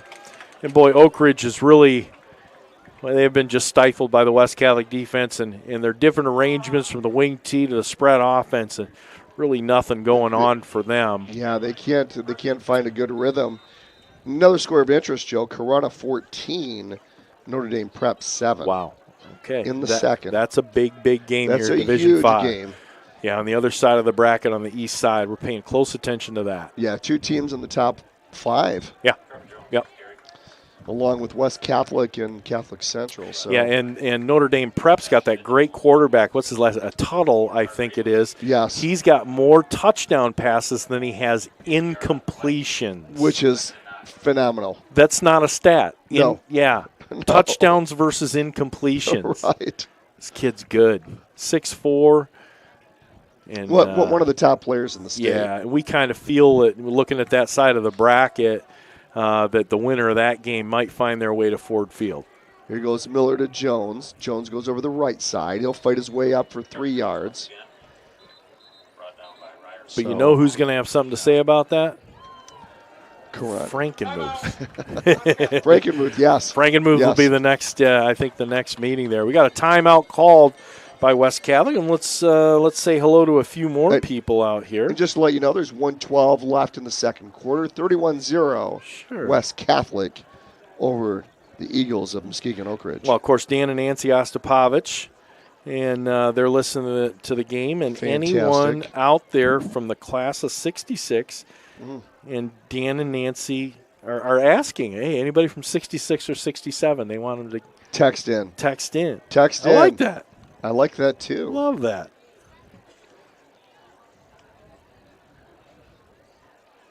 Make sure to share that link out on your Facebook page so that if you've got other friends that are from that class that follow you on Facebook, that they can listen in live tonight and listen to my sore, raspy voice.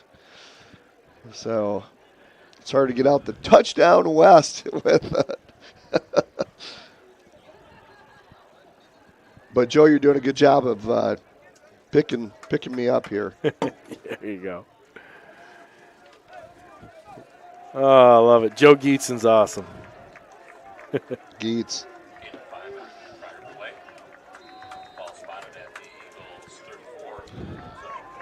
Here goes Miller and company, tight wing T.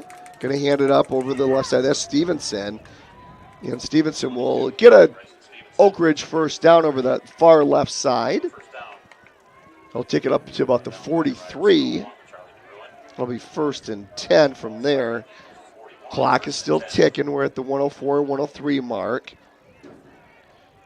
Eagles still have 3 timeouts. And they're probably going to use one right now. Is they'll get tackled behind the line of scrimmage. They had some time to go after that last play. Sticks needed to be set, and then now the clock's ticking down 44 to 33. This is really interesting, Joe. Wouldn't you expect them to have some plays ready to go? Call a timeout. Yeah. I would use their timeout. They haven't used any timeouts. Trailing 31-0. We're at the 30-second mark.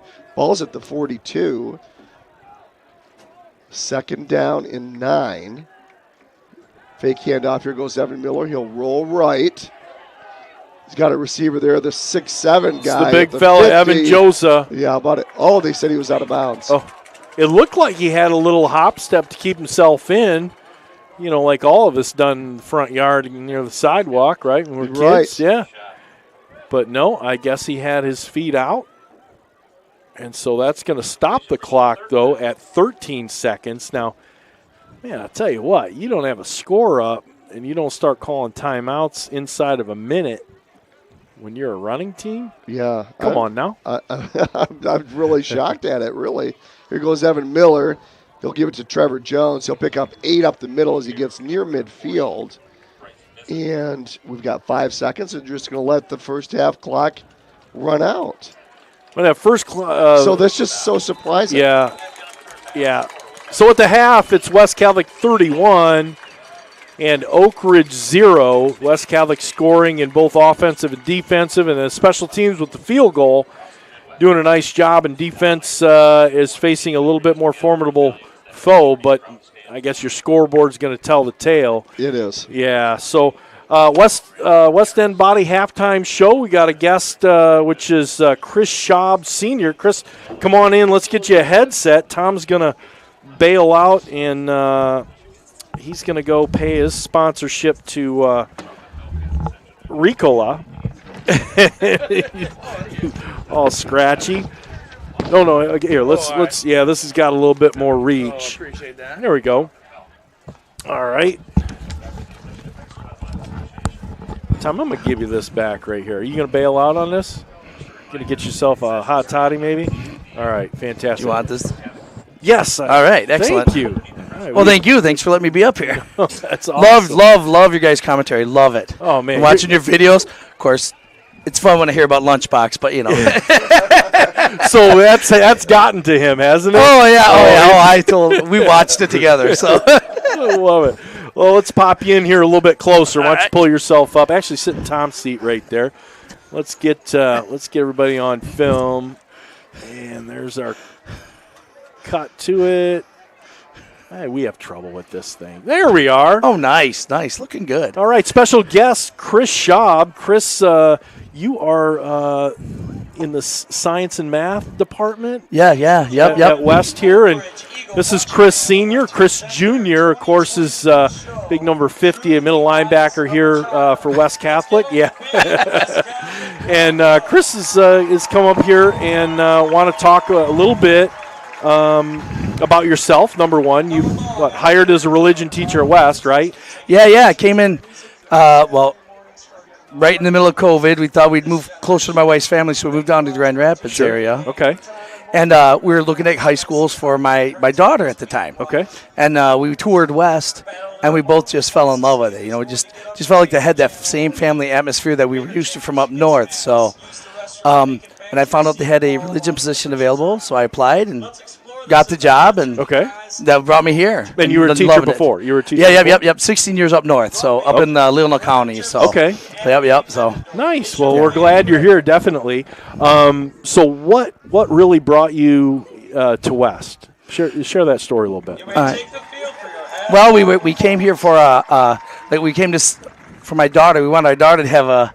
Sorry, take pictures of me. You got fans. right. Kids got fans. You got fans.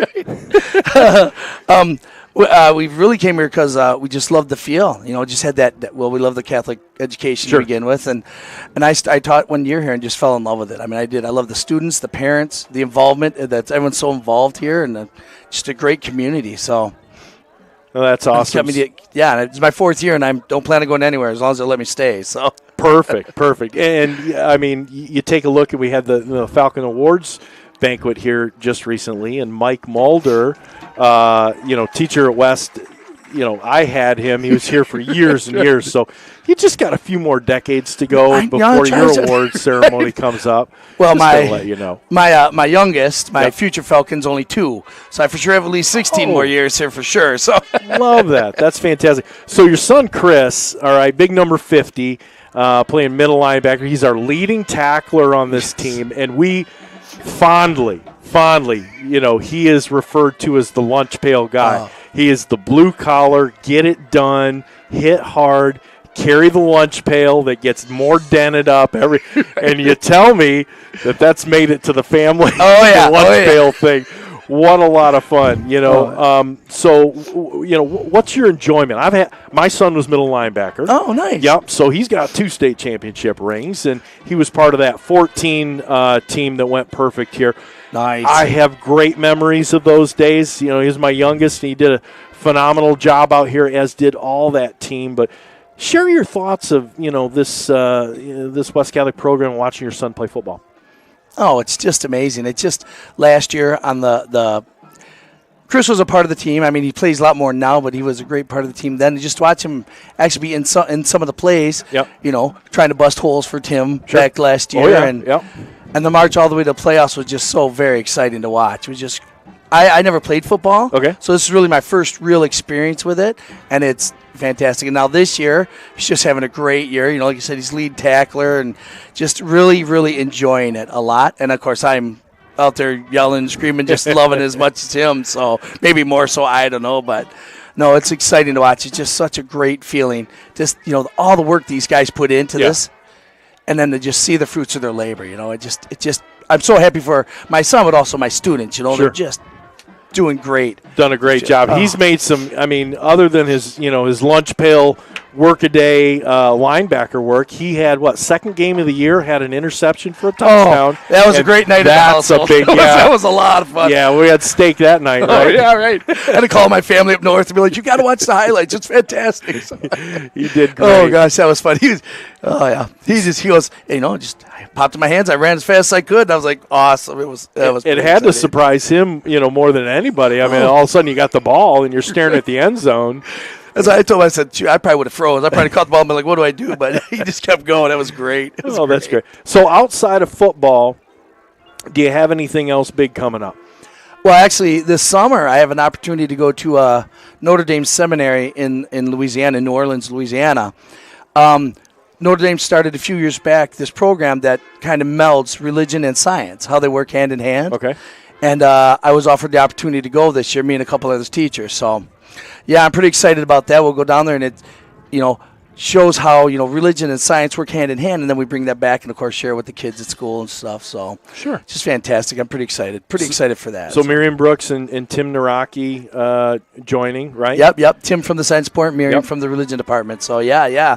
It's pretty exciting. It should be a good time. Big focus on how to engage the Catholic vision of creation and the human person while upholding the integrity and value of the independent scientific investigation. And that, that's always it's always a quandary. It's a balanced type of a situation that, you want to hold up the Catholic faith but you still, there's science, there's evidence involved and whatnot. Yeah. But that's so the difference, is faith. Yeah, well, and so many people think that science and religion can't coexist. They can't coincide. They feel they conflict each other, but really they don't. If you really study and learn, it is amazing how much science and religion go hand in hand. And that's, I think, what I'm going to learn down there in a lot of ways. So, and in my mind, it's a whole lot bigger than any of us could imagine.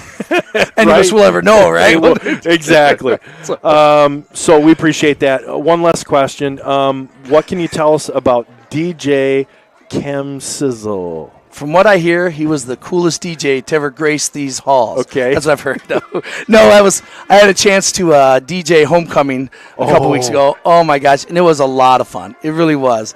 It's just another opportunity that, as a teacher, I get to be with the students and see them outside the classroom and have some fun with them and play some music. And but I actually am handing it reins over to Joe Ralph, who's going to be doing Here's My Heart. So we'll see if Kem Sizzle comes back. I don't know. Is this something that you did in a previous life or something? You got some experience in this, or did you? No, I just dove in both feet. Yeah, let's do it. So yeah, I emailed all the students. I'm like, what songs do you want to hear? And they gave me a great list, and I just put it on a playlist and hit play. And if they were dancing, I kept it going. If they weren't, I skipped it. And that's I don't know. I think they had a lot of good time. They had a lot of good fun. Well, I had a lot of good fun. That's awesome. Well, we appreciate you coming up and joining us. Well, I appreciate the opportunity. I really do. Thank you very much. We get Natalie sends us up and she says, "Hey, I'm going to have somebody come up," and a lot of times it's part of the upper level administration, stuff like that. But it's great to have somebody from the teaching end of this thing and, involved in all kinds of outside stuff, right? Oh, yeah. You got West. You're involved in a lot of things. Don't you know, believe my kids me. are involved in a lot of things. I haven't had kids here since 2014, and here I am sitting in the booth. Never ends, does it? No, I'm going to have kids here to like 2038. So I'm going to. Well, that's great. Well, we want to thank Chris Schaub Sr. Does it go by Senior? Is Chris? It's more Junior Chris and junior? Christopher. Is typically Chris how it and goes, Christopher. Okay. Well, we appreciate you coming up. Math and Science Department, and really, a 2-year teacher here, right? You're in your second year. Fourth year. Fourth year. I'm sorry. Yeah, no, that's all right. That's all right. Fourth year here at West, and we thank you for joining us up here on the West End Body Halftime Show, and hope to hear from you, and I hope we see each other Thanksgiving weekend. How's that would sound? be a lot of fun. That would I'm be good. feeling good. I'm feeling good. I know these kids want to. So. Oh, yeah. So. All right, everybody. Chris Schaub, thanks for joining us up here. We're going to pull Tom back in and go over all the scores and stats with Steve Grooms. And somebody bring Tom in. There we go. He's coming back. All right, Chris, thank you so much. We appreciate it, buddy. Take care. You too, man. All right. It's been a lot of fun. Been a lot of fun calling your son this year. It's been great watching you guys. I got to tell you. I mean, he's done so well. He really has. Yep, you bet. All right. So West Catholic math and science teacher Chris Schaub. Now I'm getting on my headset. I'm like, I don't know why I put on his I headset. know. I'm like, this feels weird. This feels weird. So let's take a look at the stats here as we continue on the West End Body Halftime Show. West Catholic, of course, leading 31-0. How's it on the rushing end, Tom? Well, the rushing end, it's all Charlie DeBrune. Right. 15 rushes, 121 yards, averaging 8.1 carry. And then, of course, Alec Wickstrom, his one carry that actually went in for a touchdown. Right. But it was a spot foul with a hold, so they gave him a net 32 yards when he could have had like 60 yards. But, net 32 yards. So, really, the only people that have touched the ball tonight, other than Mike Murphy, he got the ball twice, -6 yards. I'm not sure what – last week he gave it to him twice. He scored 2 touchdowns, 46 yards. This week's a different he's going to get a third carry tonight. Yeah, Mark my words. I think he will, too. So that's it. On Oakridge's side, if we look at this, Joe, total for West Catholic, 18 attempts for 147 yards rushing. Passing, Alec Wickstrom, 5 for 10 for 121 yards and a score. I do like the way West Catholic has been stretching the field. Yeah. Because Alec Wickstrom has gone deep maybe more times in the first half tonight than we've seen him all year in the first half. I think so. And actually, we've seen, he's 5 of 10, and a couple of those passes were highly thrown, a little bit out of the reach of the receivers. A couple of the balls were dropped, but just a little bit different game for Alec. But he's got 121 yards and a touchdown tonight. That going to, one going to Carter Perry there at big. What was that? A 60? Pop back up on that a little bit. Yeah, I think that was a 68-yarder or 70. 70-yarder. Yep. Yeah. From Alec. And what a fantastic pass that was. Right. On the near side here, Alec Wickstrom had to go all the way across the field, hit Carter Perry in stride. Carter Perry broke a tackle along the sidelines and took it to the house. Yep. And it was a great job by Carter Perry. But what an impressive pass. It's kind of one of those you kind of see at the collegiate level when you make it to the sidelines like that. Make it to the sidelines, in between, a gap in that zone defense that they were playing at the time. I think it was a cover 2. And a tiptoed right down the sideline. He was really walking the tightrope on that one. Yeah, sure was. Cole Bauer had 2 catches for 18 yards in the first half. Charlie DeBrune, 1 catch for 29 yards. So overall, 121 yards passing for West, along with 147 rushing. So 268 yards total. Did that speaker get really loud, or is that me? No, we got the window over it. It's the band. So. But, hey, let's talk about that defense. As sure. impressive as that offense was for Oakridge, Trevor Jones led the way, 12 carries for 75 yards. Bryson Stevenson touched the ball 5 times for 12. Evan Miller, 2 rushing attempts, -6 yards in the half. Evan Miller went to the air twice, 2 for 6 yards, and threw the interception to Nolan Reinhardt, and Nolan took that back all the way. Receiving, just 1 catch for 2 yards for Trevor Jones, and 1 catch for 4 yards for Bryson Stevenson. So overall, 70 yards rushing for Oakridge, 6 yards passing for the 76 yards. So 268 yards to 76. Yeah. Dominance again for West. Dominance again on the defensive end. And, really, I don't think Oakridge has put a drive together of more than 2 first downs. In fact, they've only got 3 first downs in the entire first half. So a little bit different. We see a more of an active front on the Oakridge defense. When they engage, they keep their feet moving in the direction of the ball carrier, and we haven't seen that a lot. It's a well-coached front defensively, and that's creating a little bit of a difference for West Catholic and their running backs. Usually those blocks are straight on, but these guys they're moving with the ball, and that's creating a little bit of a different strategy for the running backs for West Catholic. Defensively for West, Josh Mitchell having another strong night. He's got 10 tackles, 5 solos on the night. So what a wonderful job by Josh Mitchell. Right. And who's also shown his speed, and he prevented Trevor Jones from getting a touchdown. Aaron Record with 8 tackles in the first half. So his speed coming into play, and, of course, Charlie DeBruin doing it both sides of the ball. He's got 7 tackles in the first half. Ryer Snow has 5, Nolan Reinhardt 4 in the interception. And then the lunch pail kid with 5 tackles of his own, Chris Schaub. So nice job defensively.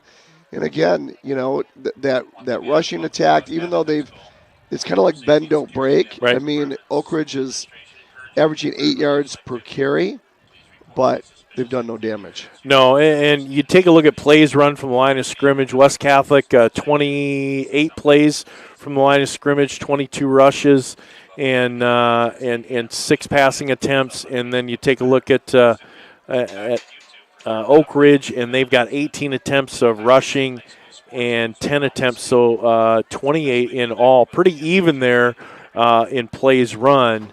Of course, West Catholic scoring pretty rapidly on all of theirs. So I want to thank Steve Grooms for all of his stat work, year Thanks, in and Steve. year out, game in and game out. And so one thing that I think Oak Ridge has done pretty well, this game could have been a little bit more lopsided, but, their run and what they have done is slowed the game down a little bit, right? They take their time, having plays come in and out, and have shortened that game a little bit. This could be a lot more lopsided had they run maybe some spread stuff, pass the ball a little bit more, and were able to stop the clock. But currently, I think that was one thing that they did well. Didn't matter a whole lot. Yeah. But we knew that would be something, keys of the game that they would do with that wing T offense. Well, it's just they couldn't get a sustained drive. Again, even though they averaged 8 yards a rush, right? They pick up a first down. They just couldn't sustain it for an entire drive, and that's what really got them. And that's why I was really surprised when you look at 31-0. The game's not out of reach. No. And especially if you can go in maybe 31-7. You've got to score 4 times, but you can score a couple in the third quarter, a couple in the fourth quarter. So I was really surprised that the Eagles didn't take timeouts there when they had 3 on the clock, with a minute left in the first half. Correct. I'm going to take a look here and see if we can't get some scores right now, Tom. The big one that we're trying to pay attention to is, of course, Catholic Central playing Berrien Springs. And they had put up another touchdown. It was 28-0. So it is 35-0 now at half there. And more around the area, Rockford and Granville, they're playing up in Rockford, 21-14. Rockford leading there. One of the best games in the state. And also here locally, Byron Center and Caledonia, regular season foes, now playing the second round here of the playoffs. Caledonia leading 21-13 there at the half. Hastings and Portland. Okay, nobody's talked about Hastings. They're just down the road from Caledonia. Sure. Middleville. Right. Hastings. 37. They're playing Portland tonight, 24-22 at the half. And they're a Division IV group out there. Right. Here's a big one that we've been wanting to pay attention to also. OK Blue foe, Coopersville playing Zeeland West at Zeeland West. It's 30-21 at half, so that game is not out of hand for Coopersville. A lot of let's points. see, a lot of points, definitely. Zeeland West runs the same wing tee very, very well. And so we'll bring you some more scores around the area as we get them. And right now, both teams are coming back out onto the field to begin the second half of play. Of course, West Catholic won the toss. They elected to defer, so they will be receiving the opening of the second half kickoff. Thanking everybody again for joining us on the West End Body Halftime Show. And here comes big number 9, Arturo Romero Serrano. We were watching him kick 40 and 45-yard field goals, expecting a big boot here, and it's not. It's a squibber. Up the middle, and ball about gets away from Connor Olszewski. Was that Connor? No, that was David Brittenfeld. Grabbed a hold of that one, and West Catholic's going to line up at the 20, looks like the 29-yard line. They're going to start off the second half of play there. It's a little longer field for West. A little bit longer, and that's been the tale here tonight. So here comes Alec Wickstrom and company.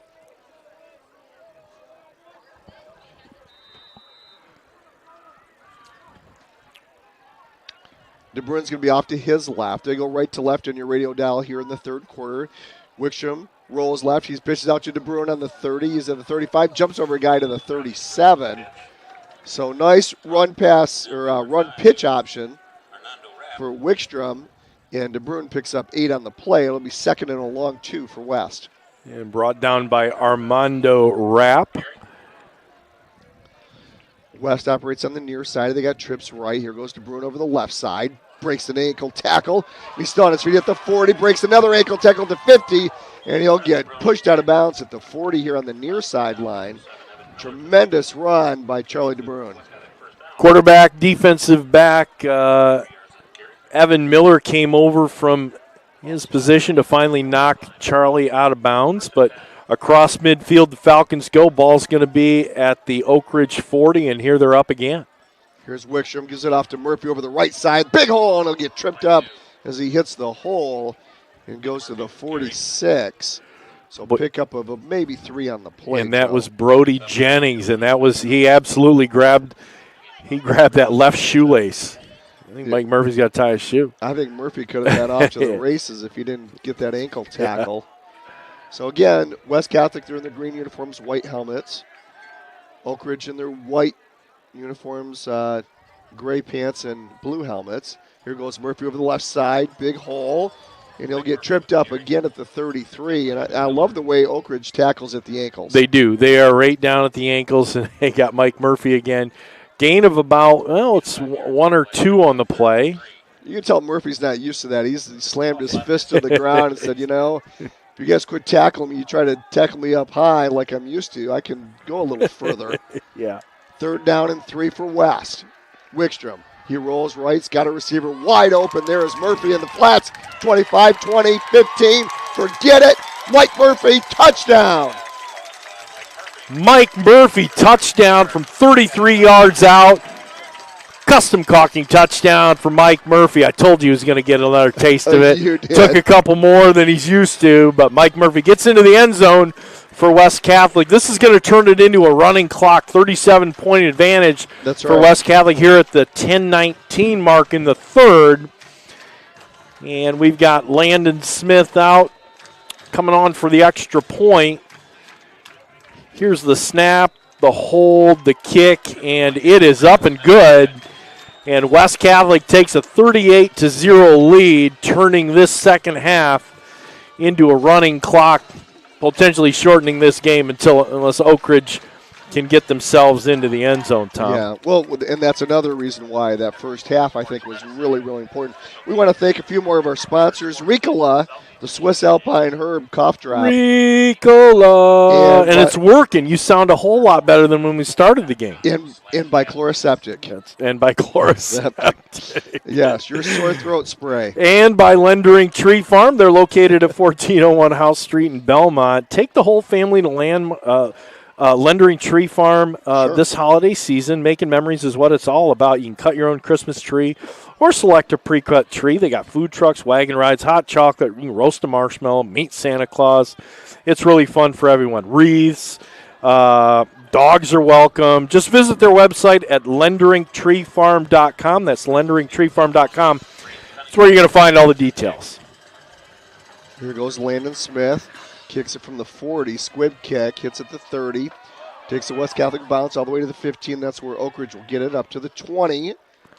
And being hogtied and thrown down at the 23, that little hogtie throwdown. Yeah, Bryson Stevenson, and he's a really good size back. He's an 11th grader, 6'1", 182. That's a perfect size for running back, isn't it? It really is. Got some length, got some speed. Length and speed, and yeah. A little bit of girth with the 180. Some power. Well, let's see what Oakridge does on their first possession here in the second half. And they trail here with a running clock. 38-0. Hand up the middle. Nowhere going. West Catholic defense shuts down the run and nowhere going. Maybe a pickup of 2 on the play, Joe.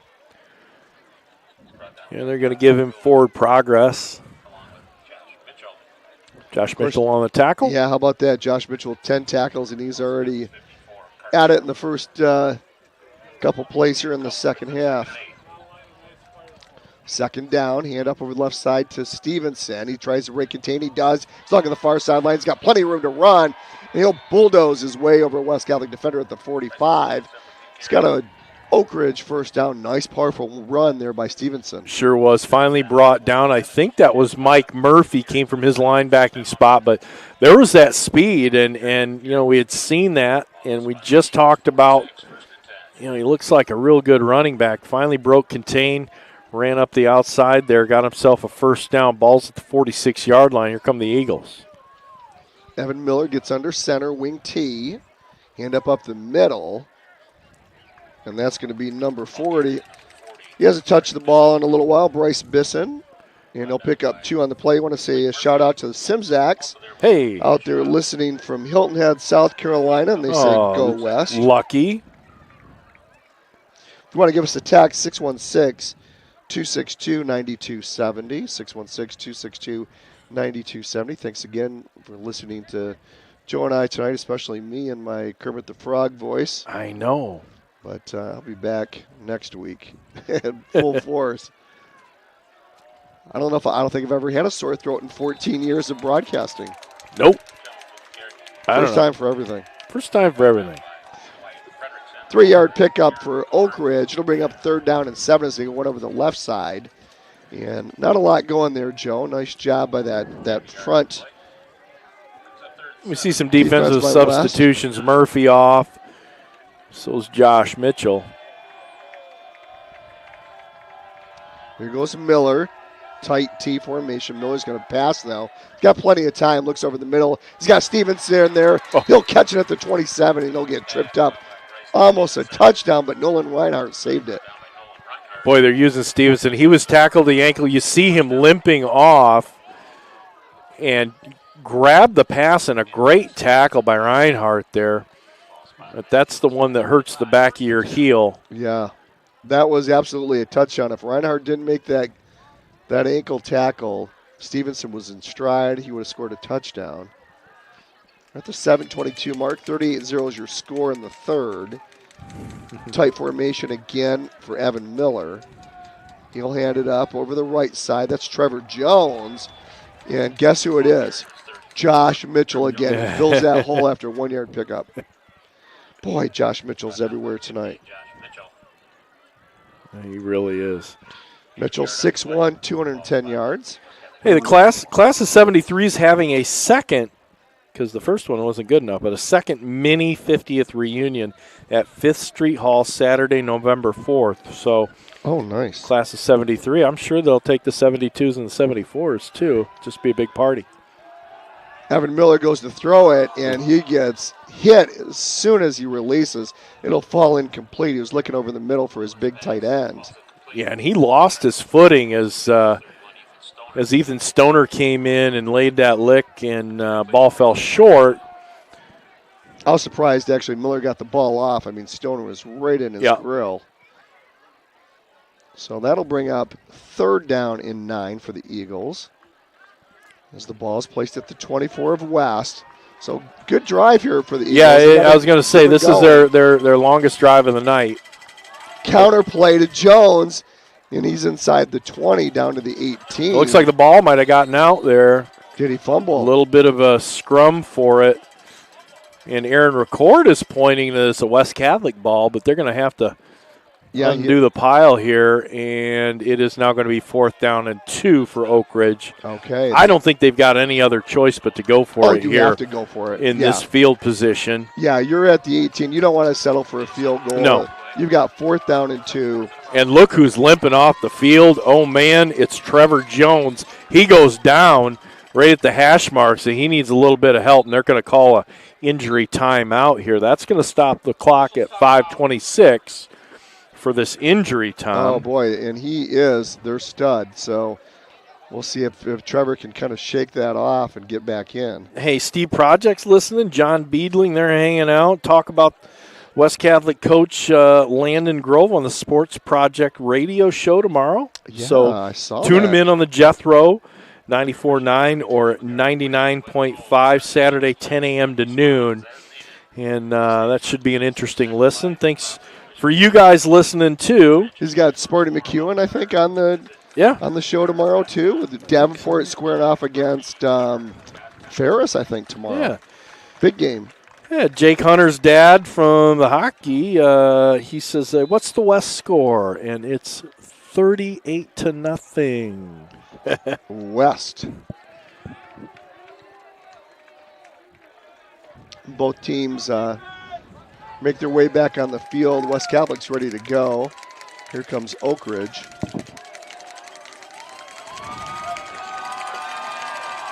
As the West Catholic faithful. Oh, now Oakridge get under center really quick. Here goes Miller. He'll hand it off over the left side. And do they get there, Joe? This is going to be really close. So handoff over the left side, and I think he stopped short. I think they stopped short. West is celebrating. Turn that ball over on downs. Yeah. Yeah, half a shoe. That's going to bring the West Catholic offense back on the field. We got a running clock. We are already at 4:30 to go in the third quarter. Boy, this just shortens the game. This will be the 9th running clock for West Catholic this year. Phenomenal. Really is. 9 out of 11 and I think games. you're going to expect to see the first unit in through the duration of this game. Yeah, they're getting them ready for next week, right? Here goes the hand up over the left side. There's Charlie DeBruyne. He's on his feet. He's at the 30. And stiff arms a guy and throws him down at the 35, and he'll get knocked out of bounds at the 38. Joe, what kind of power is that stiff arm? Yeah, Braden Cunningham. Well, Charlie, he adjusted his field right there and, went into a couple of the defenders. But, boy, he took Braden Cunningham and just said, nope, this is how this goes. Jet sweep to counter Olszewski. He goes from left to right, trying to break contain. Here comes a flag, and he'll get kicked out of bounds. So Olszewski looked like he was going to get tackled behind the line of scrimmage. He picked up about 4 or 5 on the play, but it's going to come back. Yeah, and that's going to be a spot foul. I got to imagine it's going to be holding. They tossed the flag back a couple of yards. It's now sitting at the 36-yard line. So this one,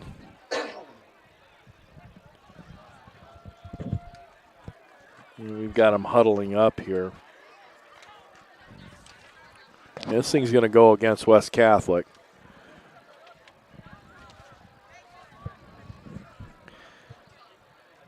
And, hey, West Catholic wants to find the Falcons.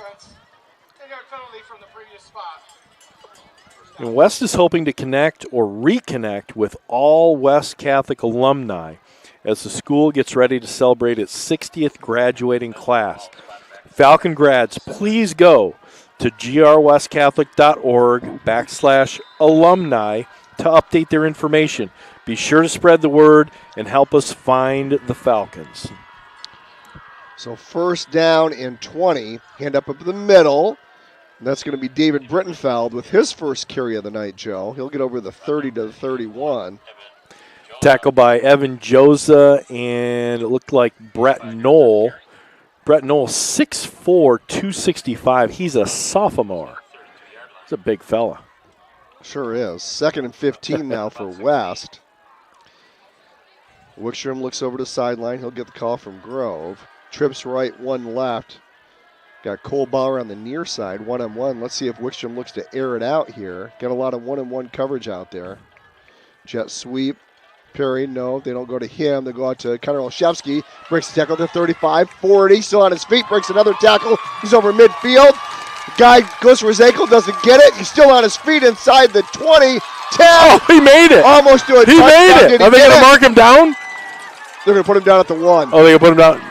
Or did he step out of bounds? I think he might have stepped out of the bounds. He was trying to regain his balance after Braden Cunningham, number 1, came all the way across the field, picked a good angle, and got a little bit of a push. Yeah, but what a great run. They're going to say he actually went out like at the 7 or 8. It'll be at the 8-yard line. But what a eluded run. A couple of tackles. Amazing run by Connor Olszewski as he broke many tackles on his way down. Here goes Brittenfeld. He's over the left side, trying to break that contain. He's inside the 10, breaks the tackle, shoves a guy, shoves another guy inside the 5. He was just shaking him off with that off arm. He was taking on big number 54, Noah McFadden. He's a senior offensive lineman. He's 5'11", 242, and he kept hitting him. 2nd and goal. West Catholic can hurry up mode, gives it to Brittenfeld up the middle. And we got a flag. Yep. Too fast. Yeah. Too fast. Yeah, it's going to be a procedure call on West. West Catholic tried to get Oakridge off guard, but a little too fast. Penalty stops the clock at 1:30 to go here in the third quarter.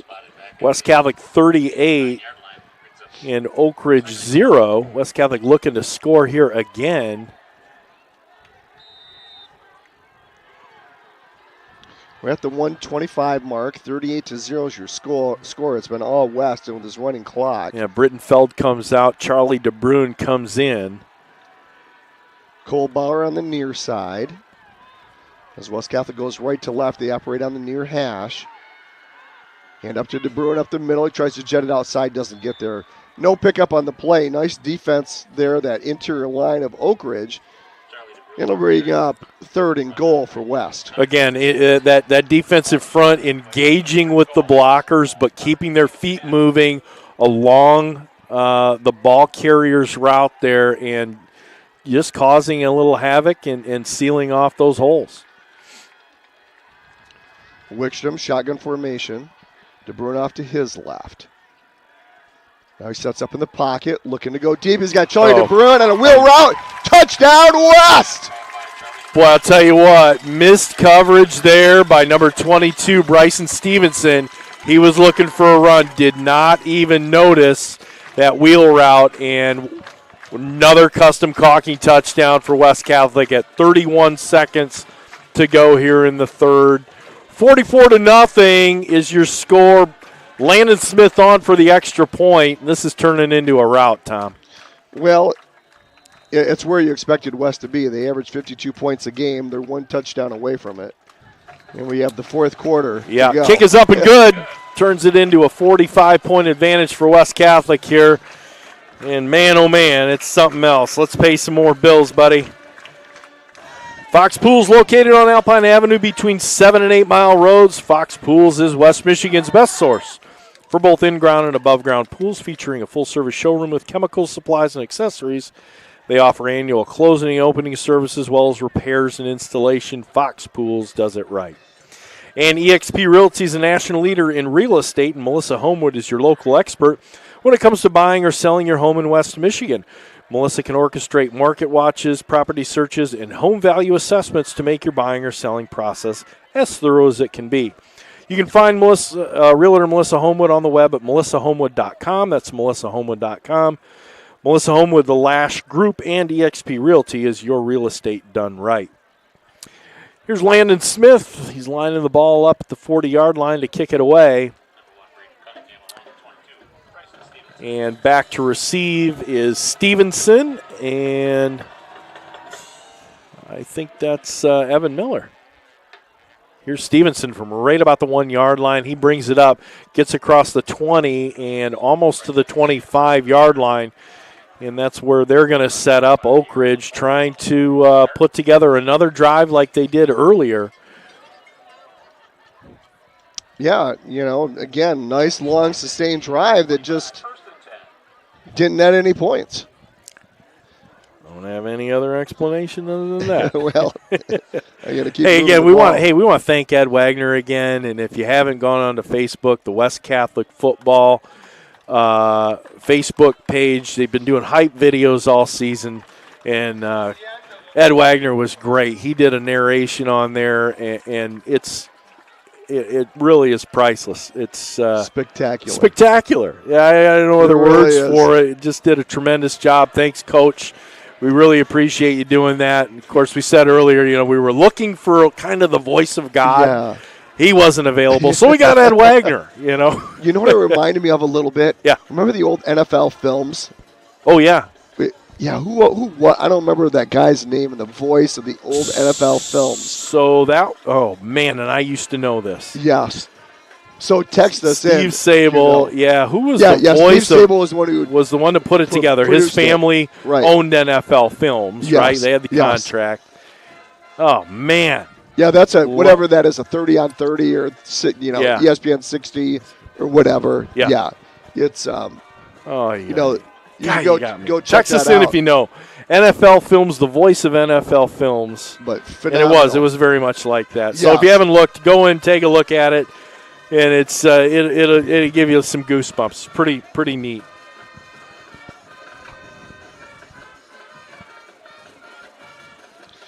All right, we're getting ready to start the fourth quarter here. Both teams come out as the Eagles will go right to left on your radio dial here in the fourth.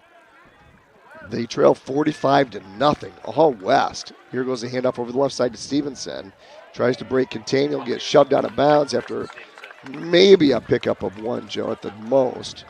Chris Schaub, Easton Stoner there on the tackle. Lunch Pail Kid still getting it done. Thing is dented up. It's got a couple stickers on it, too. Doesn't it? They're getting rubbed off. Bologna sandwich hanging out. Yep. Second down and 11. He'll actually lose one on the play. Here goes Miller again. He'll hand up over the right side. And maybe a pickup of 3 on the play. So that's Jones again with the carry. He'll pick up 3. So he did shake off that injury. That's good. Trevor Jones. So good to see him back out there. 6'1" all-conference, first-team all-conference senior at running back. So 3rd and 6 for Muskegon. Zeeland West, 38. Coopersville, 24. They're in the third. Portland, 30. Hastings, 24. A little bit of reversal there in the third quarter. Byron Center, 25. Caledonia, 21. Miller to Jones on the right side again. Nice job by West. And a host of Falcons will hit Jones at the line of scrimmage for no gain, and that'll bring up 4th down for the Eagles. Tight one up in Muskegon. The Big Reds, 28. Mona Shores, 21. Boy, they're in the third. Barn burner. That is, and they don't like each other. I know that. 35-21, Rockford up on Granville in the third. Catholic Central, 35-0. They're in the third. Lansing Catholic trailing Ovid Elsie, 21-13. Oakridge thought about going for it. They're going to bring the punting unit on now. 4th and we'll call it a long 6. The ball is going to be placed at the 29-yard line, so they don't want to give West Catholic really good field position. Here comes the punt. End over end kick. will hit at the 44 of West, and that's where it'll get down. So West Catholic will start there with the 45-0 lead with the 9:38 mark, running clock here in the third. Let's take a look, find this Corunna score. Corunna 21 and Pontiac Notre Dame Prep 14, and they're in the third. Boy, that'll be a good one. That's a battle. And Catholic Central was 35-0. Did you call that score? Yes. John Facenda did the NFL Films narration. Thanks, John Connell. You win. Donuts. Well, we'll figure something out. Donuts with Joe. Here goes handoff to Brittenfeld, and he'll fumble the ball, and I think, does Muskegon have it? Maybe the Eagles have it. Brittenfeld got popped as soon as he had the ball. Yeah, that was the big 11th grader, number 88, Braden Peterson, coming in from his defensive line position, and just his big paw came in and slapped that away. Crew Christian, the center, was there to pick it up on the ground. Attaboy, Crew. And he had two Eagles right there, so nice job by Crew. So saving the ball still with West as Grady Augustin is in there. So this is interesting. This is the first time we've seen Augustin in here with Wickstrom. Brittenfeld in the game, also Luke Radlinski in the slot. Here goes a jet sweep to record no fake. And had us faked out, didn't it? Yeah, sure did. Grady Augustin carries the ball over the 50 to the 45 and gets kicked out of bounds. Nice job by Augustin. Little read option there, and he pulled that ball right out of Brittenfeld's hands. And Brittenfeld carried it out very well. Sure we had did. our eyes on him. And Augustin ended up getting down to the 47-yard line, so it's going to bring up a 3rd and 2. Yeah, nice 8-yard pickup by Grady Augustin. Boy, he throws a good ball, doesn't he? He sure does. Want to see really him toss a one tight here. spiral. Yep. 2 left, 1 right for West. Jet sweep fake. Brittenfeld gets it over the left side. Stiff arms the guy at the 48. Still on his feet over the far side. Big hole. And he's all the way down to the 35 as Brittenfeld. He's got a first down. Evan Miller on the tackle. Nice job. Good scamper. Broke contain. Super block out there. And I think that was Timmer. Timmer had his guy locked up. Releasing Brittenfeld. Now we see some substitutions here coming in. And Timmer comes out. Charlie Stepker comes in. That's the 9th grader, the big boy, 330, 6'6". He's a freshman, people. Yeah, oh, my goodness. It's unbelievable. Here goes Grady Augustin. He'll fake it to Brittenfeld, and quarterback keep up the middle. Maybe picks up a yard on the play. Nice job by the Oakridge interior line. 2nd down and 9 for West. Try to get some of these guys in here. Hunter Price is coming into the ball game. Yeah, we see Cam Inbody. Dom Fisher's out there. We're already at the 6-minute mark in the 4th with the running clock. 45-0 is your score. West over Oakridge. Aiden Taylor, he's out at wide receiver position. These are guys getting some time here.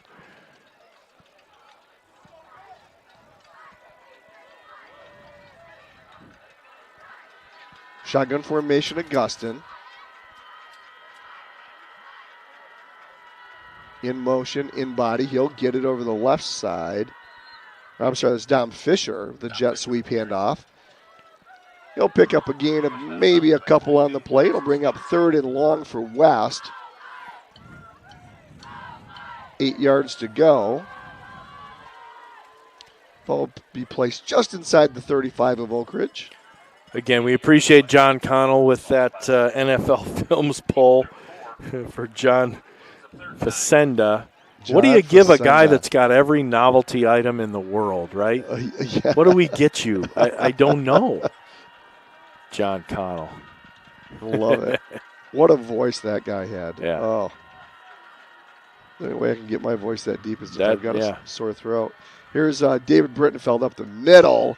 and he fights his way forward for a couple yards. He had 3 Muskegon Oakridge tacklers hanging on him. That'll bring up 4th down for West. I assume they'll just go for it. The ball's at the 32. Try to go for it here. Give that offense a little bit of maybe a time to pass. Right. You know? Work out the kinks passing.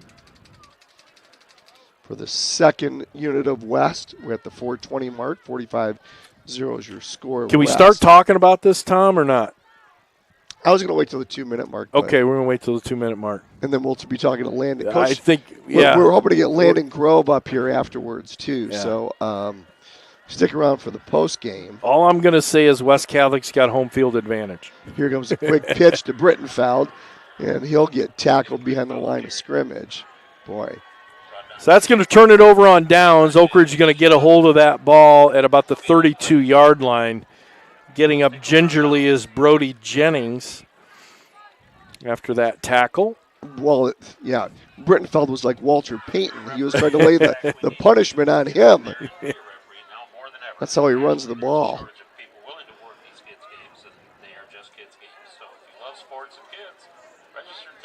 It's kind of the attitude you need as a running back, right? Don't let the guys hit you. You're hitting them. I want to say hi to Raj Sweet Ike. Yeah, Raj.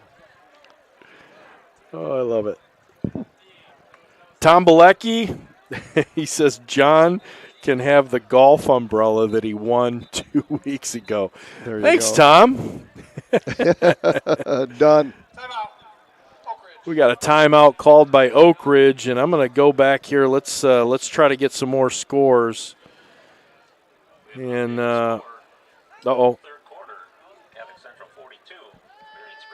Catholic Central 42, and Berrien Springs nothing. And we heard the crowd, they real low tone of a boo. They're like, oh, they have 42? Yeah, we got 45. We have 45. It's funny. So the collision course looks like it's imminent, right? It will happen next week. It's going to happen next week right here at Falcon Stadium. I think we can safely say that. 3:05 to go in this ball game with a running clock. West Catholic up 45-0. And then we take a look. And this is take nothing away from Oakridge. They came in 7-3. They beat a good Belding team last week in Belding. Right. Belding was 8-1 and averaging about 26, 27 points a game. They held them to 7. And they were up 13-0 at half, and they held on to that 13-7 win. Yeah. We take a look here. Zeeland West is now stretching it out a little bit on Coopersville, 46-24, so a 22-point lead there. Portland now 38-24 over Hastings. Muskegon 28, Mona Shores 21. These scores are all in the fourth quarter. Here goes a low snap, jet sweep for Oakridge over the right side. And no pickup on the play. That's number 24, his first carry, R.J. Kosheba. He's a 5'5 junior, 140 pounds. Say hi to Billy K. Where are you today, Billy?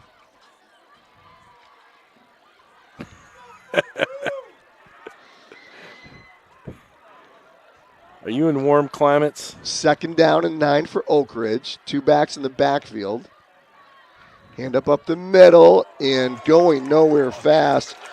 Number 32, Parker Williamson. He's a sophomore, and he'll get tackled for a loss by 4 yards. That's number 52 on the tackle for West. That's Brady Schultz. Taking a look across the field into the lights, the rain has now started again, and it's coming down at a moderate pace. Yeah, so light. Yeah, inside of 2 minutes now, everyone. Looks like a hairspray. Hairspray?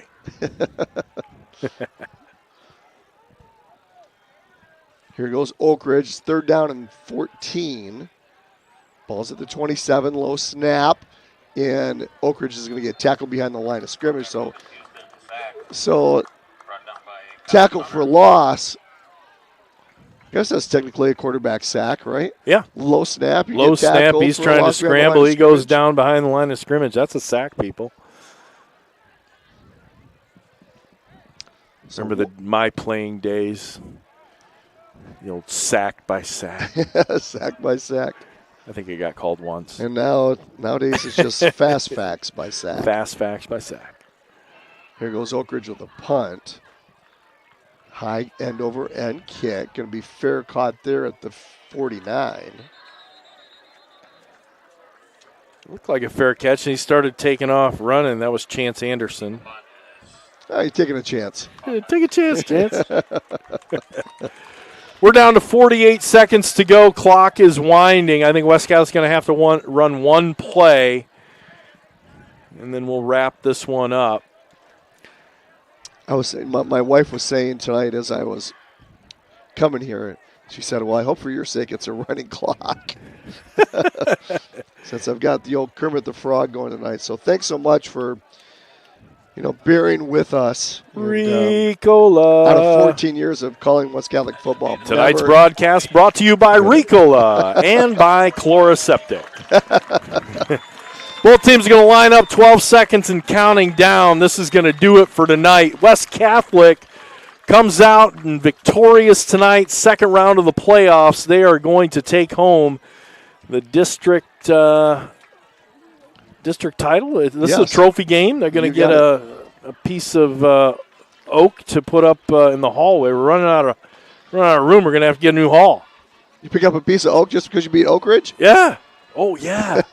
Nice tie. Good segue into that one, Tom. So tune in next week when we're looking to get a cougar. We're going to get a cougar.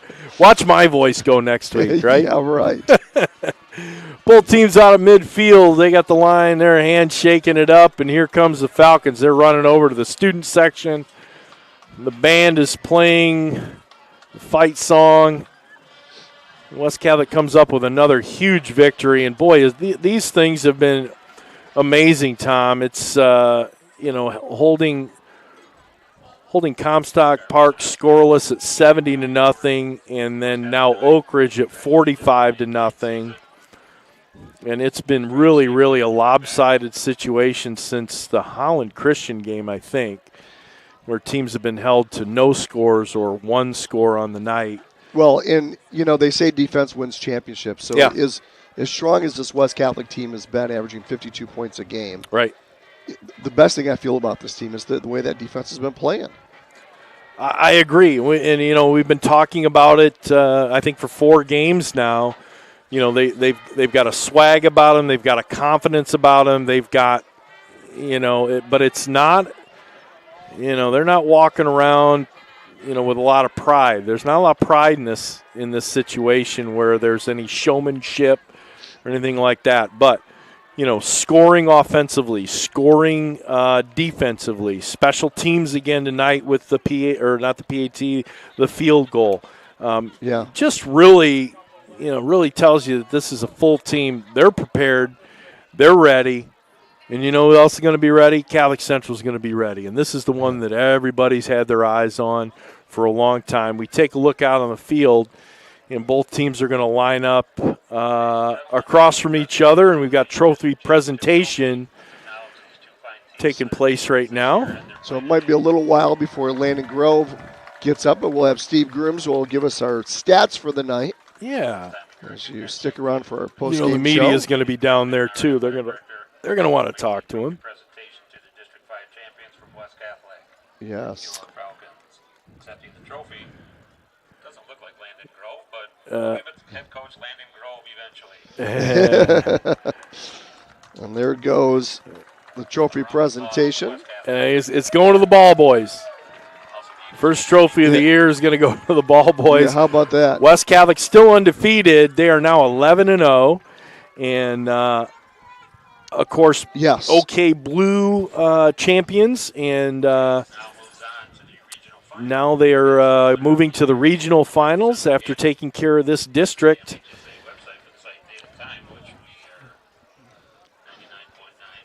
The team lines up for their district championship photo. It's always very exciting here. So let's Joe, let's break down the hey, here we are. With Steve Grooms. We're back. We're back. Yeah, thanks, Steve Grooms. We take a look across the stats here. Charlie DeBruin, 19 attempts for 172 yards and 2 touchdowns. He averaged 9.1 on the night. Grady Augustin had 2 rushes for 11. Alec Wickstrom, 1 rush for 32. Got called back on a flag. That would have been a 62-yarder. And Dom Fisher, 1 carry for 1 yard. David Brittenfeld, 6 carries for 21 yards. Hey, how about giving Mike Murphy 4 carries, and what does he do? He scores a touchdown. Is it up there? Not rushing. Oh, he didn't get there. Oh, it was through the air? That doesn't count. Through the air. That doesn't count. Oh, man. Taking a look. Alec Wickstrom, 8 of 13, 224 yards and 3 touchdowns. Those touchdowns went to Charlie DeBruin. He had 2 catches for 39. Carter Perry had 1 touchdown, 2 catches for 74. He had that long one tiptoeing along the sidelines. Connor Olszewski, 1 catch for 60 yards. And I'm getting, I'm getting your thing now. No. Get away. Get away. Mike Murphy, 1 catch, 33 yards, and his score. Of course, you got to have Mike Murphy score in a game. You do. So rushing-wise, 33 attempts, 238 yards on the ground, averaging 7.2, 2 touchdowns on the ground. Through the air, 8 of 13, 224 yards there, 3 touchdowns. No turnovers in the game, and 13 first downs. That generated 462 yards of offense for West Catholic. Another dominating performance. Defensive touchdown in there as well as a field goal. We take a look at Oakridge, and Oakridge had 128 yards of total offense, 35 rushing attempts for 96 yards, under 3 yards per carry. That's good for that West Catholic defense again. Is, yeah. Not as good as last week. Negative, minus 11. Negative yards. Yeah, that was amazing. 3 of 8 through the air for 32. That makes up their 128 yards. There was a turnover, interception there, and only 5 first downs for Oakridge tonight.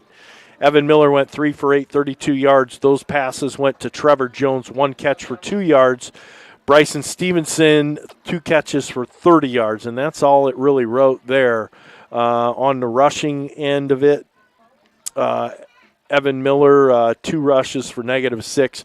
Bryson Stevenson came on that second half, and he really showed himself in the third quarter there. 9 rushes for 32 yards. Trevor Jones, 17 rushes for 90. He was really the story tonight, as he has all season long. 3 carries for Bryce Bisson, and that was for 8 yards and a little bit more to go down the line. But tail of the tape's 128 yards. There's the voice of the Falcons. You're thirsty? We'll I'm glad I knew you when you weren't famous. Anyways. He's got to sue this chords for next week. Exactly. So West Catholic doing what they've done here all season long, and dominating performance. First trophy of the year in the playoffs, and the road to Ford Field has to go through Catholic Central, and we're going to have them here next Friday night. Yeah. And everybody's been waiting for that one. Well, yeah. I mean, everyone's just you saw it coming even at the beginning of the year. Yeah. As much as you hate to say that, like, you really thought at the beginning of the year, hey, look at both these teams could meet each other again in the playoffs. Exactly. I mean, they're both that good. You got the 2 top teams in the state in Division 5.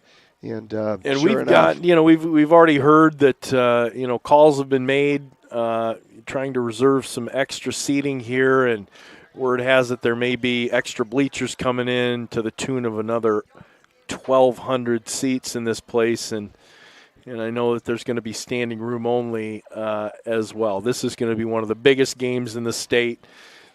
Thanks, Byrne. Love it. And we'll see if Coach Landon Grove makes his way up here. It looks like he's with the media, and we'll see if he can make it up here. Tom, you want to throw him out a text? Yeah, I already did. Excellent. So, yes. So hopefully he'll make his way up, and we'll see. But, you've got to be so impressed. It looks like Landon is, he's still searching out people on the sideline. So he's not in a hurry to get up here. We'll see if he ends up coming up here. But So going into, Crush Cougar Week is what we used to call it back when I was here. I don't know what they call it now. But, West Catholic's got themselves in, it's a playoff look right now. And it has been really, I'm going to say, for the last probably 5 games. They've been very, very, very, very methodical as to how they're going offensively and defensively. And I keep looking at Catholic Central, and I think these teams are about as even as they have ever been going into a big game like this. Yeah. We've said it before, and we like to, but, strength of schedule, the heavy opponents that they've had to face are about even. Forest Hills Eastern, was an opponent of Catholic Central, as South Christian and West Catholic, had Allendale and Coopersville. Coopersville really being the closest game of the season, but both formidable opponents. And now we got 2 trains heading the same direction on the same track. Well, Someone's got to give. Well, their only loss was early in the season. First game of the season, I believe, in Chicago. Yeah, they played. Let's see, who did Loyola of Wilmette. Of Wilmette, and they're just about like a Division II college football team. Had, from the stories I've heard, 100 guys across the field. Everybody categorized in their place. Hey, look at here. Darren. Making a change. We got Darren Smith. Darren Smith, come on in here, man. Coordinator is going to come in with us tonight. And let's get you hooked in. Darren, I'm already going to apologize for my frog in my throat tonight, but I the same way. Pop that on there, buddy. Home, yes. to bed. So Darren's going to go home. Hey, congratulations on a tremendous victory tonight. You got to feel really proud. Pitched another shutout, back-to-back shutouts, and 115-0 the last 2 games. Wow. Appreciate it, number one. We had a talk this morning, and I said, guys, do you remember when we first met? You met me, and the first thing we talked about was Edwardsburg. Right. And setting the tone with that game last year. And I go, think about how full circle this has come. For you seniors, I mean, if the path is true, this will be the last T team that you guys see. And they kind of looked at me like, man, you're right. So I think they were super excited for this opportunity. One last chance to kind of cement their legacy in regards to the T, the dreaded T. So I thought they played great. They were amped up, and we're rolling right now. Well, you gave up less than 3 yards a carry. I mean, which is a phenomenal game. Last week, minus 11 yards rushing. And so, the game is really won in the trenches, and you guys have just dominated in the trenches the last 2 games, really all year. I have a great staff, I have to say, and I'm going to say it right now because I might not get another chance. Matt Marney, Austin Reichert, Josh Demansky, Drew Hernandez, Mitchell Doyle, Brett Wildman, all phenomenal guys. They're unit leaders with their particular guys and groups. I let them go. They do a great job. But up front, you're right. It does start up front. And it starts particularly with us against the T like that with our defensive ends. So Mike Murphy, Ethan Stoner tonight. We put a lot of pressure on those guys, but they love it. And it starts and stops with our defensive ends. Yeah. And that staff of yours, you named some very familiar names to me. These guys have got championships under their belt here, 13 and 14. Great teams. They know that path. They're young enough that they can relate to these guys. Oh yeah. And that sends a great message, and it's great coaching. It does. The kids love it. Yep. They love them. We love them. It's a great camaraderie that we have. We enjoy each other. We go out. We hang out. We hang out outside of football. It's really truly a family. So it's easy to come to work. And I don't even call it work. This is fun to me, but. You guys know what I mean. Yeah, absolutely. What are some of your biggest surprises? The most surprising thing that this defense has done throughout the year. I think just growth. Like I was talking to a guy at work today, and I said, "Hey, you remember the South Christian, the practice that we had, and how far we've come?" Mm-hmm. So I think just the overall growth has been just really, really awesome to see. Guys that maybe weren't in the mix early are now in the mix now. a guy like David Brittenfeld, Aaron Record. Yes. Right. Gabe Schwieters is having just one heck of a year. So guys that maybe we weren't thinking initially in the year, and that's what's fun about this is you need about 4, 5, 6 of those guys to kind of come out of nowhere and go, boom, like you can count on me, coach. And those guys, just to name a few. A perfect example with Schwieters, because really the second half of the year, he's really taken off. I mean, guys like him and Chris Schaub. I mean, Chris Schaub now leads the team in tackles. I mean, both those guys have done just a tremendous job. And a guy that really stood out tonight again was Josh Mitchell. Mm-hmm. Oh, yeah. It's funny you say that because, there's 8 minutes left in the game. I'm walking. We yanked him, right? He's our starting guard. We don't need him to get hurt. But he's like, man, coach, can I go in one more time? I just want one more crack at these guys, the tee. And I'm like, nah, Jay Mitch, it's not worth it, that type of thing. But he is. You love the passion. I do. I appreciate it. Love it. But it wasn't happening. Right. Got to look at next week. Yeah, and we've described, your defense as they've got some swag. They got a little bit of attitude. They got a lot of confidence. There's not a lot of showmanship.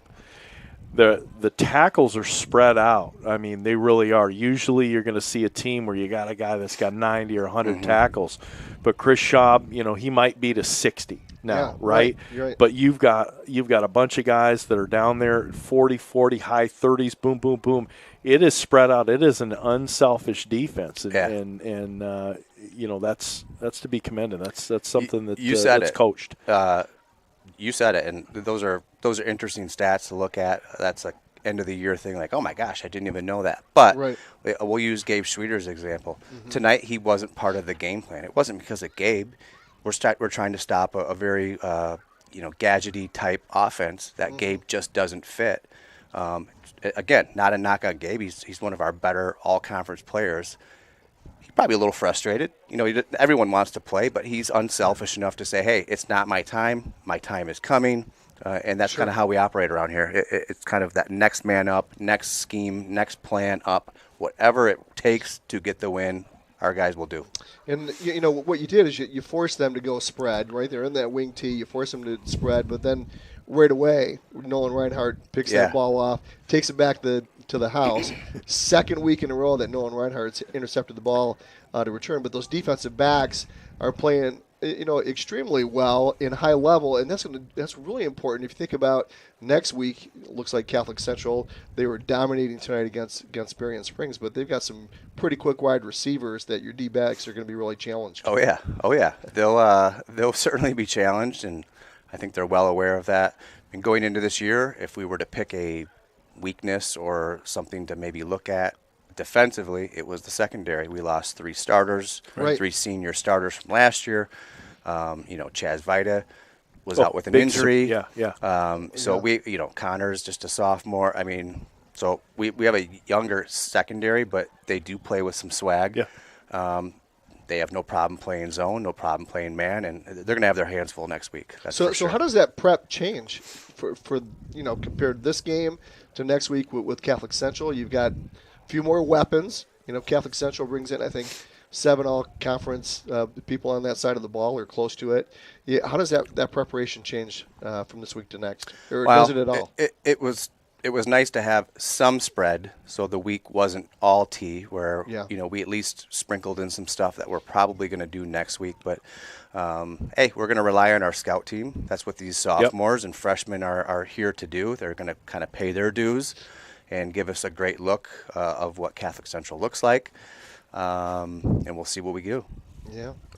I like it, Coach. We've been waiting for this. We keep calling it the collision course, and I think it's played out. And nobody's been, anticipating this game, more than the folks across the river, and us here on the west side. And your initial thoughts on how this week's going to go and how you got to approach Catholic.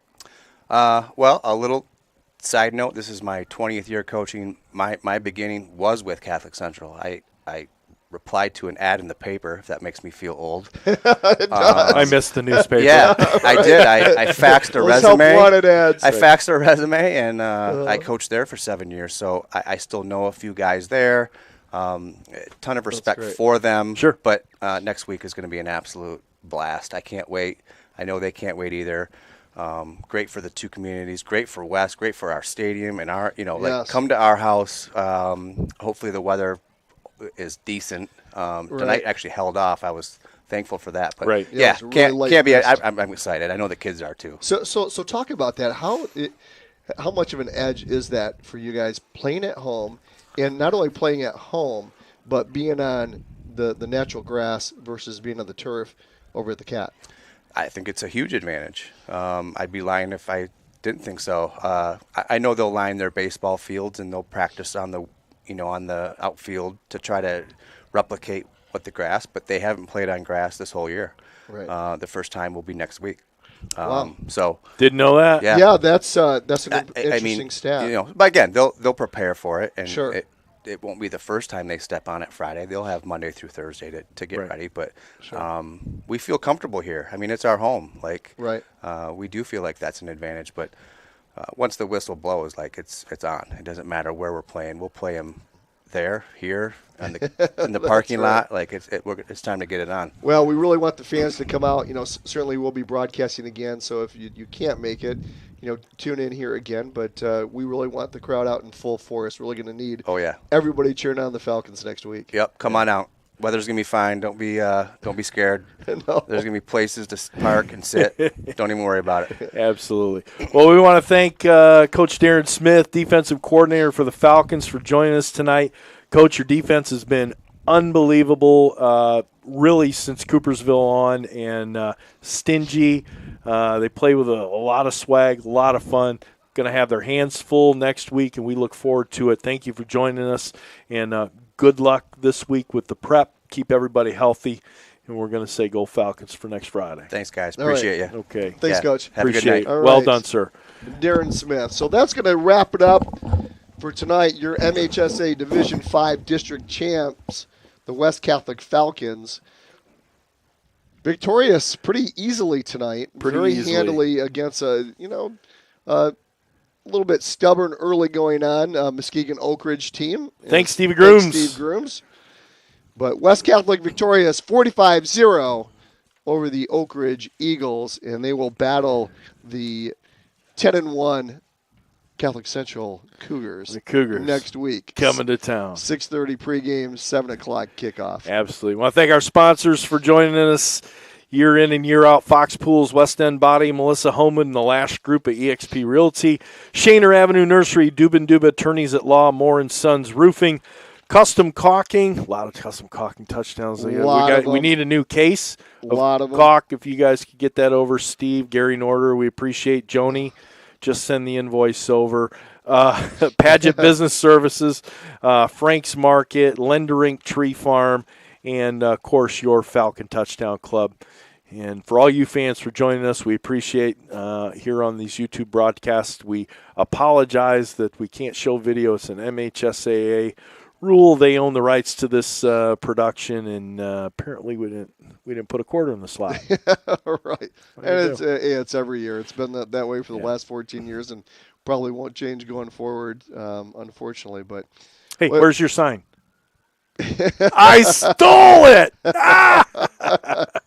That story's getting big. That's weird. Yeah, that Michigan story has gotten big. It's like where's Waldo, right? Right. He's here. He was Stallions is his last name. Yeah, Stallion. He was over at Central Michigan, right? Yeah. They got that. They got this. Is it illegal? I don't know. We did this and that. It's just, you know what? It makes for great drama and great radio and TV, doesn't it? It's great drama. It's great drama through Wolverines, which is what, I thought I had enough drama in East Lansing with the Sparties. But, right? Oh, they played Nebraska. Maybe they'll get a win. They're on a 6-game losing streak, so the green and white is. I'm going to cheer for Sparty. But you know what? It's basketball season in East Lansing, and yeah, you were already there. I was already there, yeah. And opening night on Monday night, and going to watch them play on Monday night. So looking forward to that. James Madison University. Mm-hmm. But I got to tell you, just really quick before we get off, is they played Tennessee last week in an exhibition. Yeah, you were there, and I was there, yeah. And I have never been at an exhibition game with so much energy and enthusiasm and crowd excitement and loudness. It was unbelievable. It was a top 10 matchup. Yeah. I think Tennessee was Preseason 9, and, Yep. and depending on the polls, you look at Michigan State from anywhere between 2 to 5 or whatever. But it's a top 10 matchup, and that exhibition game was absolutely amazing. What was interesting, and I didn't know this, but in exhibitions, there was a guy on Tennessee that had 8 fouls. Ooh. So it's a little bit different than a regular game, but Tennessee did win out at the end by a couple. Is that a points. So it's lot of European fun. limit? You can give them 8. Is that in Europe they do that? No, it's just exhibition. Oh, okay. But I will tell you, if you want good college basketball, go watch Michigan State Spartans. They're going to be something special this year. So, hey, for my sidekick, Joe Sack, I'm Tom Mikowski. Thanks so much for listening to us tonight. We're going to be back with you next week with the pregame at 6:30 p.m. as West Catholic, number 1 in Division 5, takes on the number 2 Catholic Central Big Cougars in a big game. Huge game that will probably have final implications. So that's it for us. West Catholic Falcons 45, the Muskegon Oakridge Eagles 0. Have a great weekend, everyone. Go blue. Go green. Oh.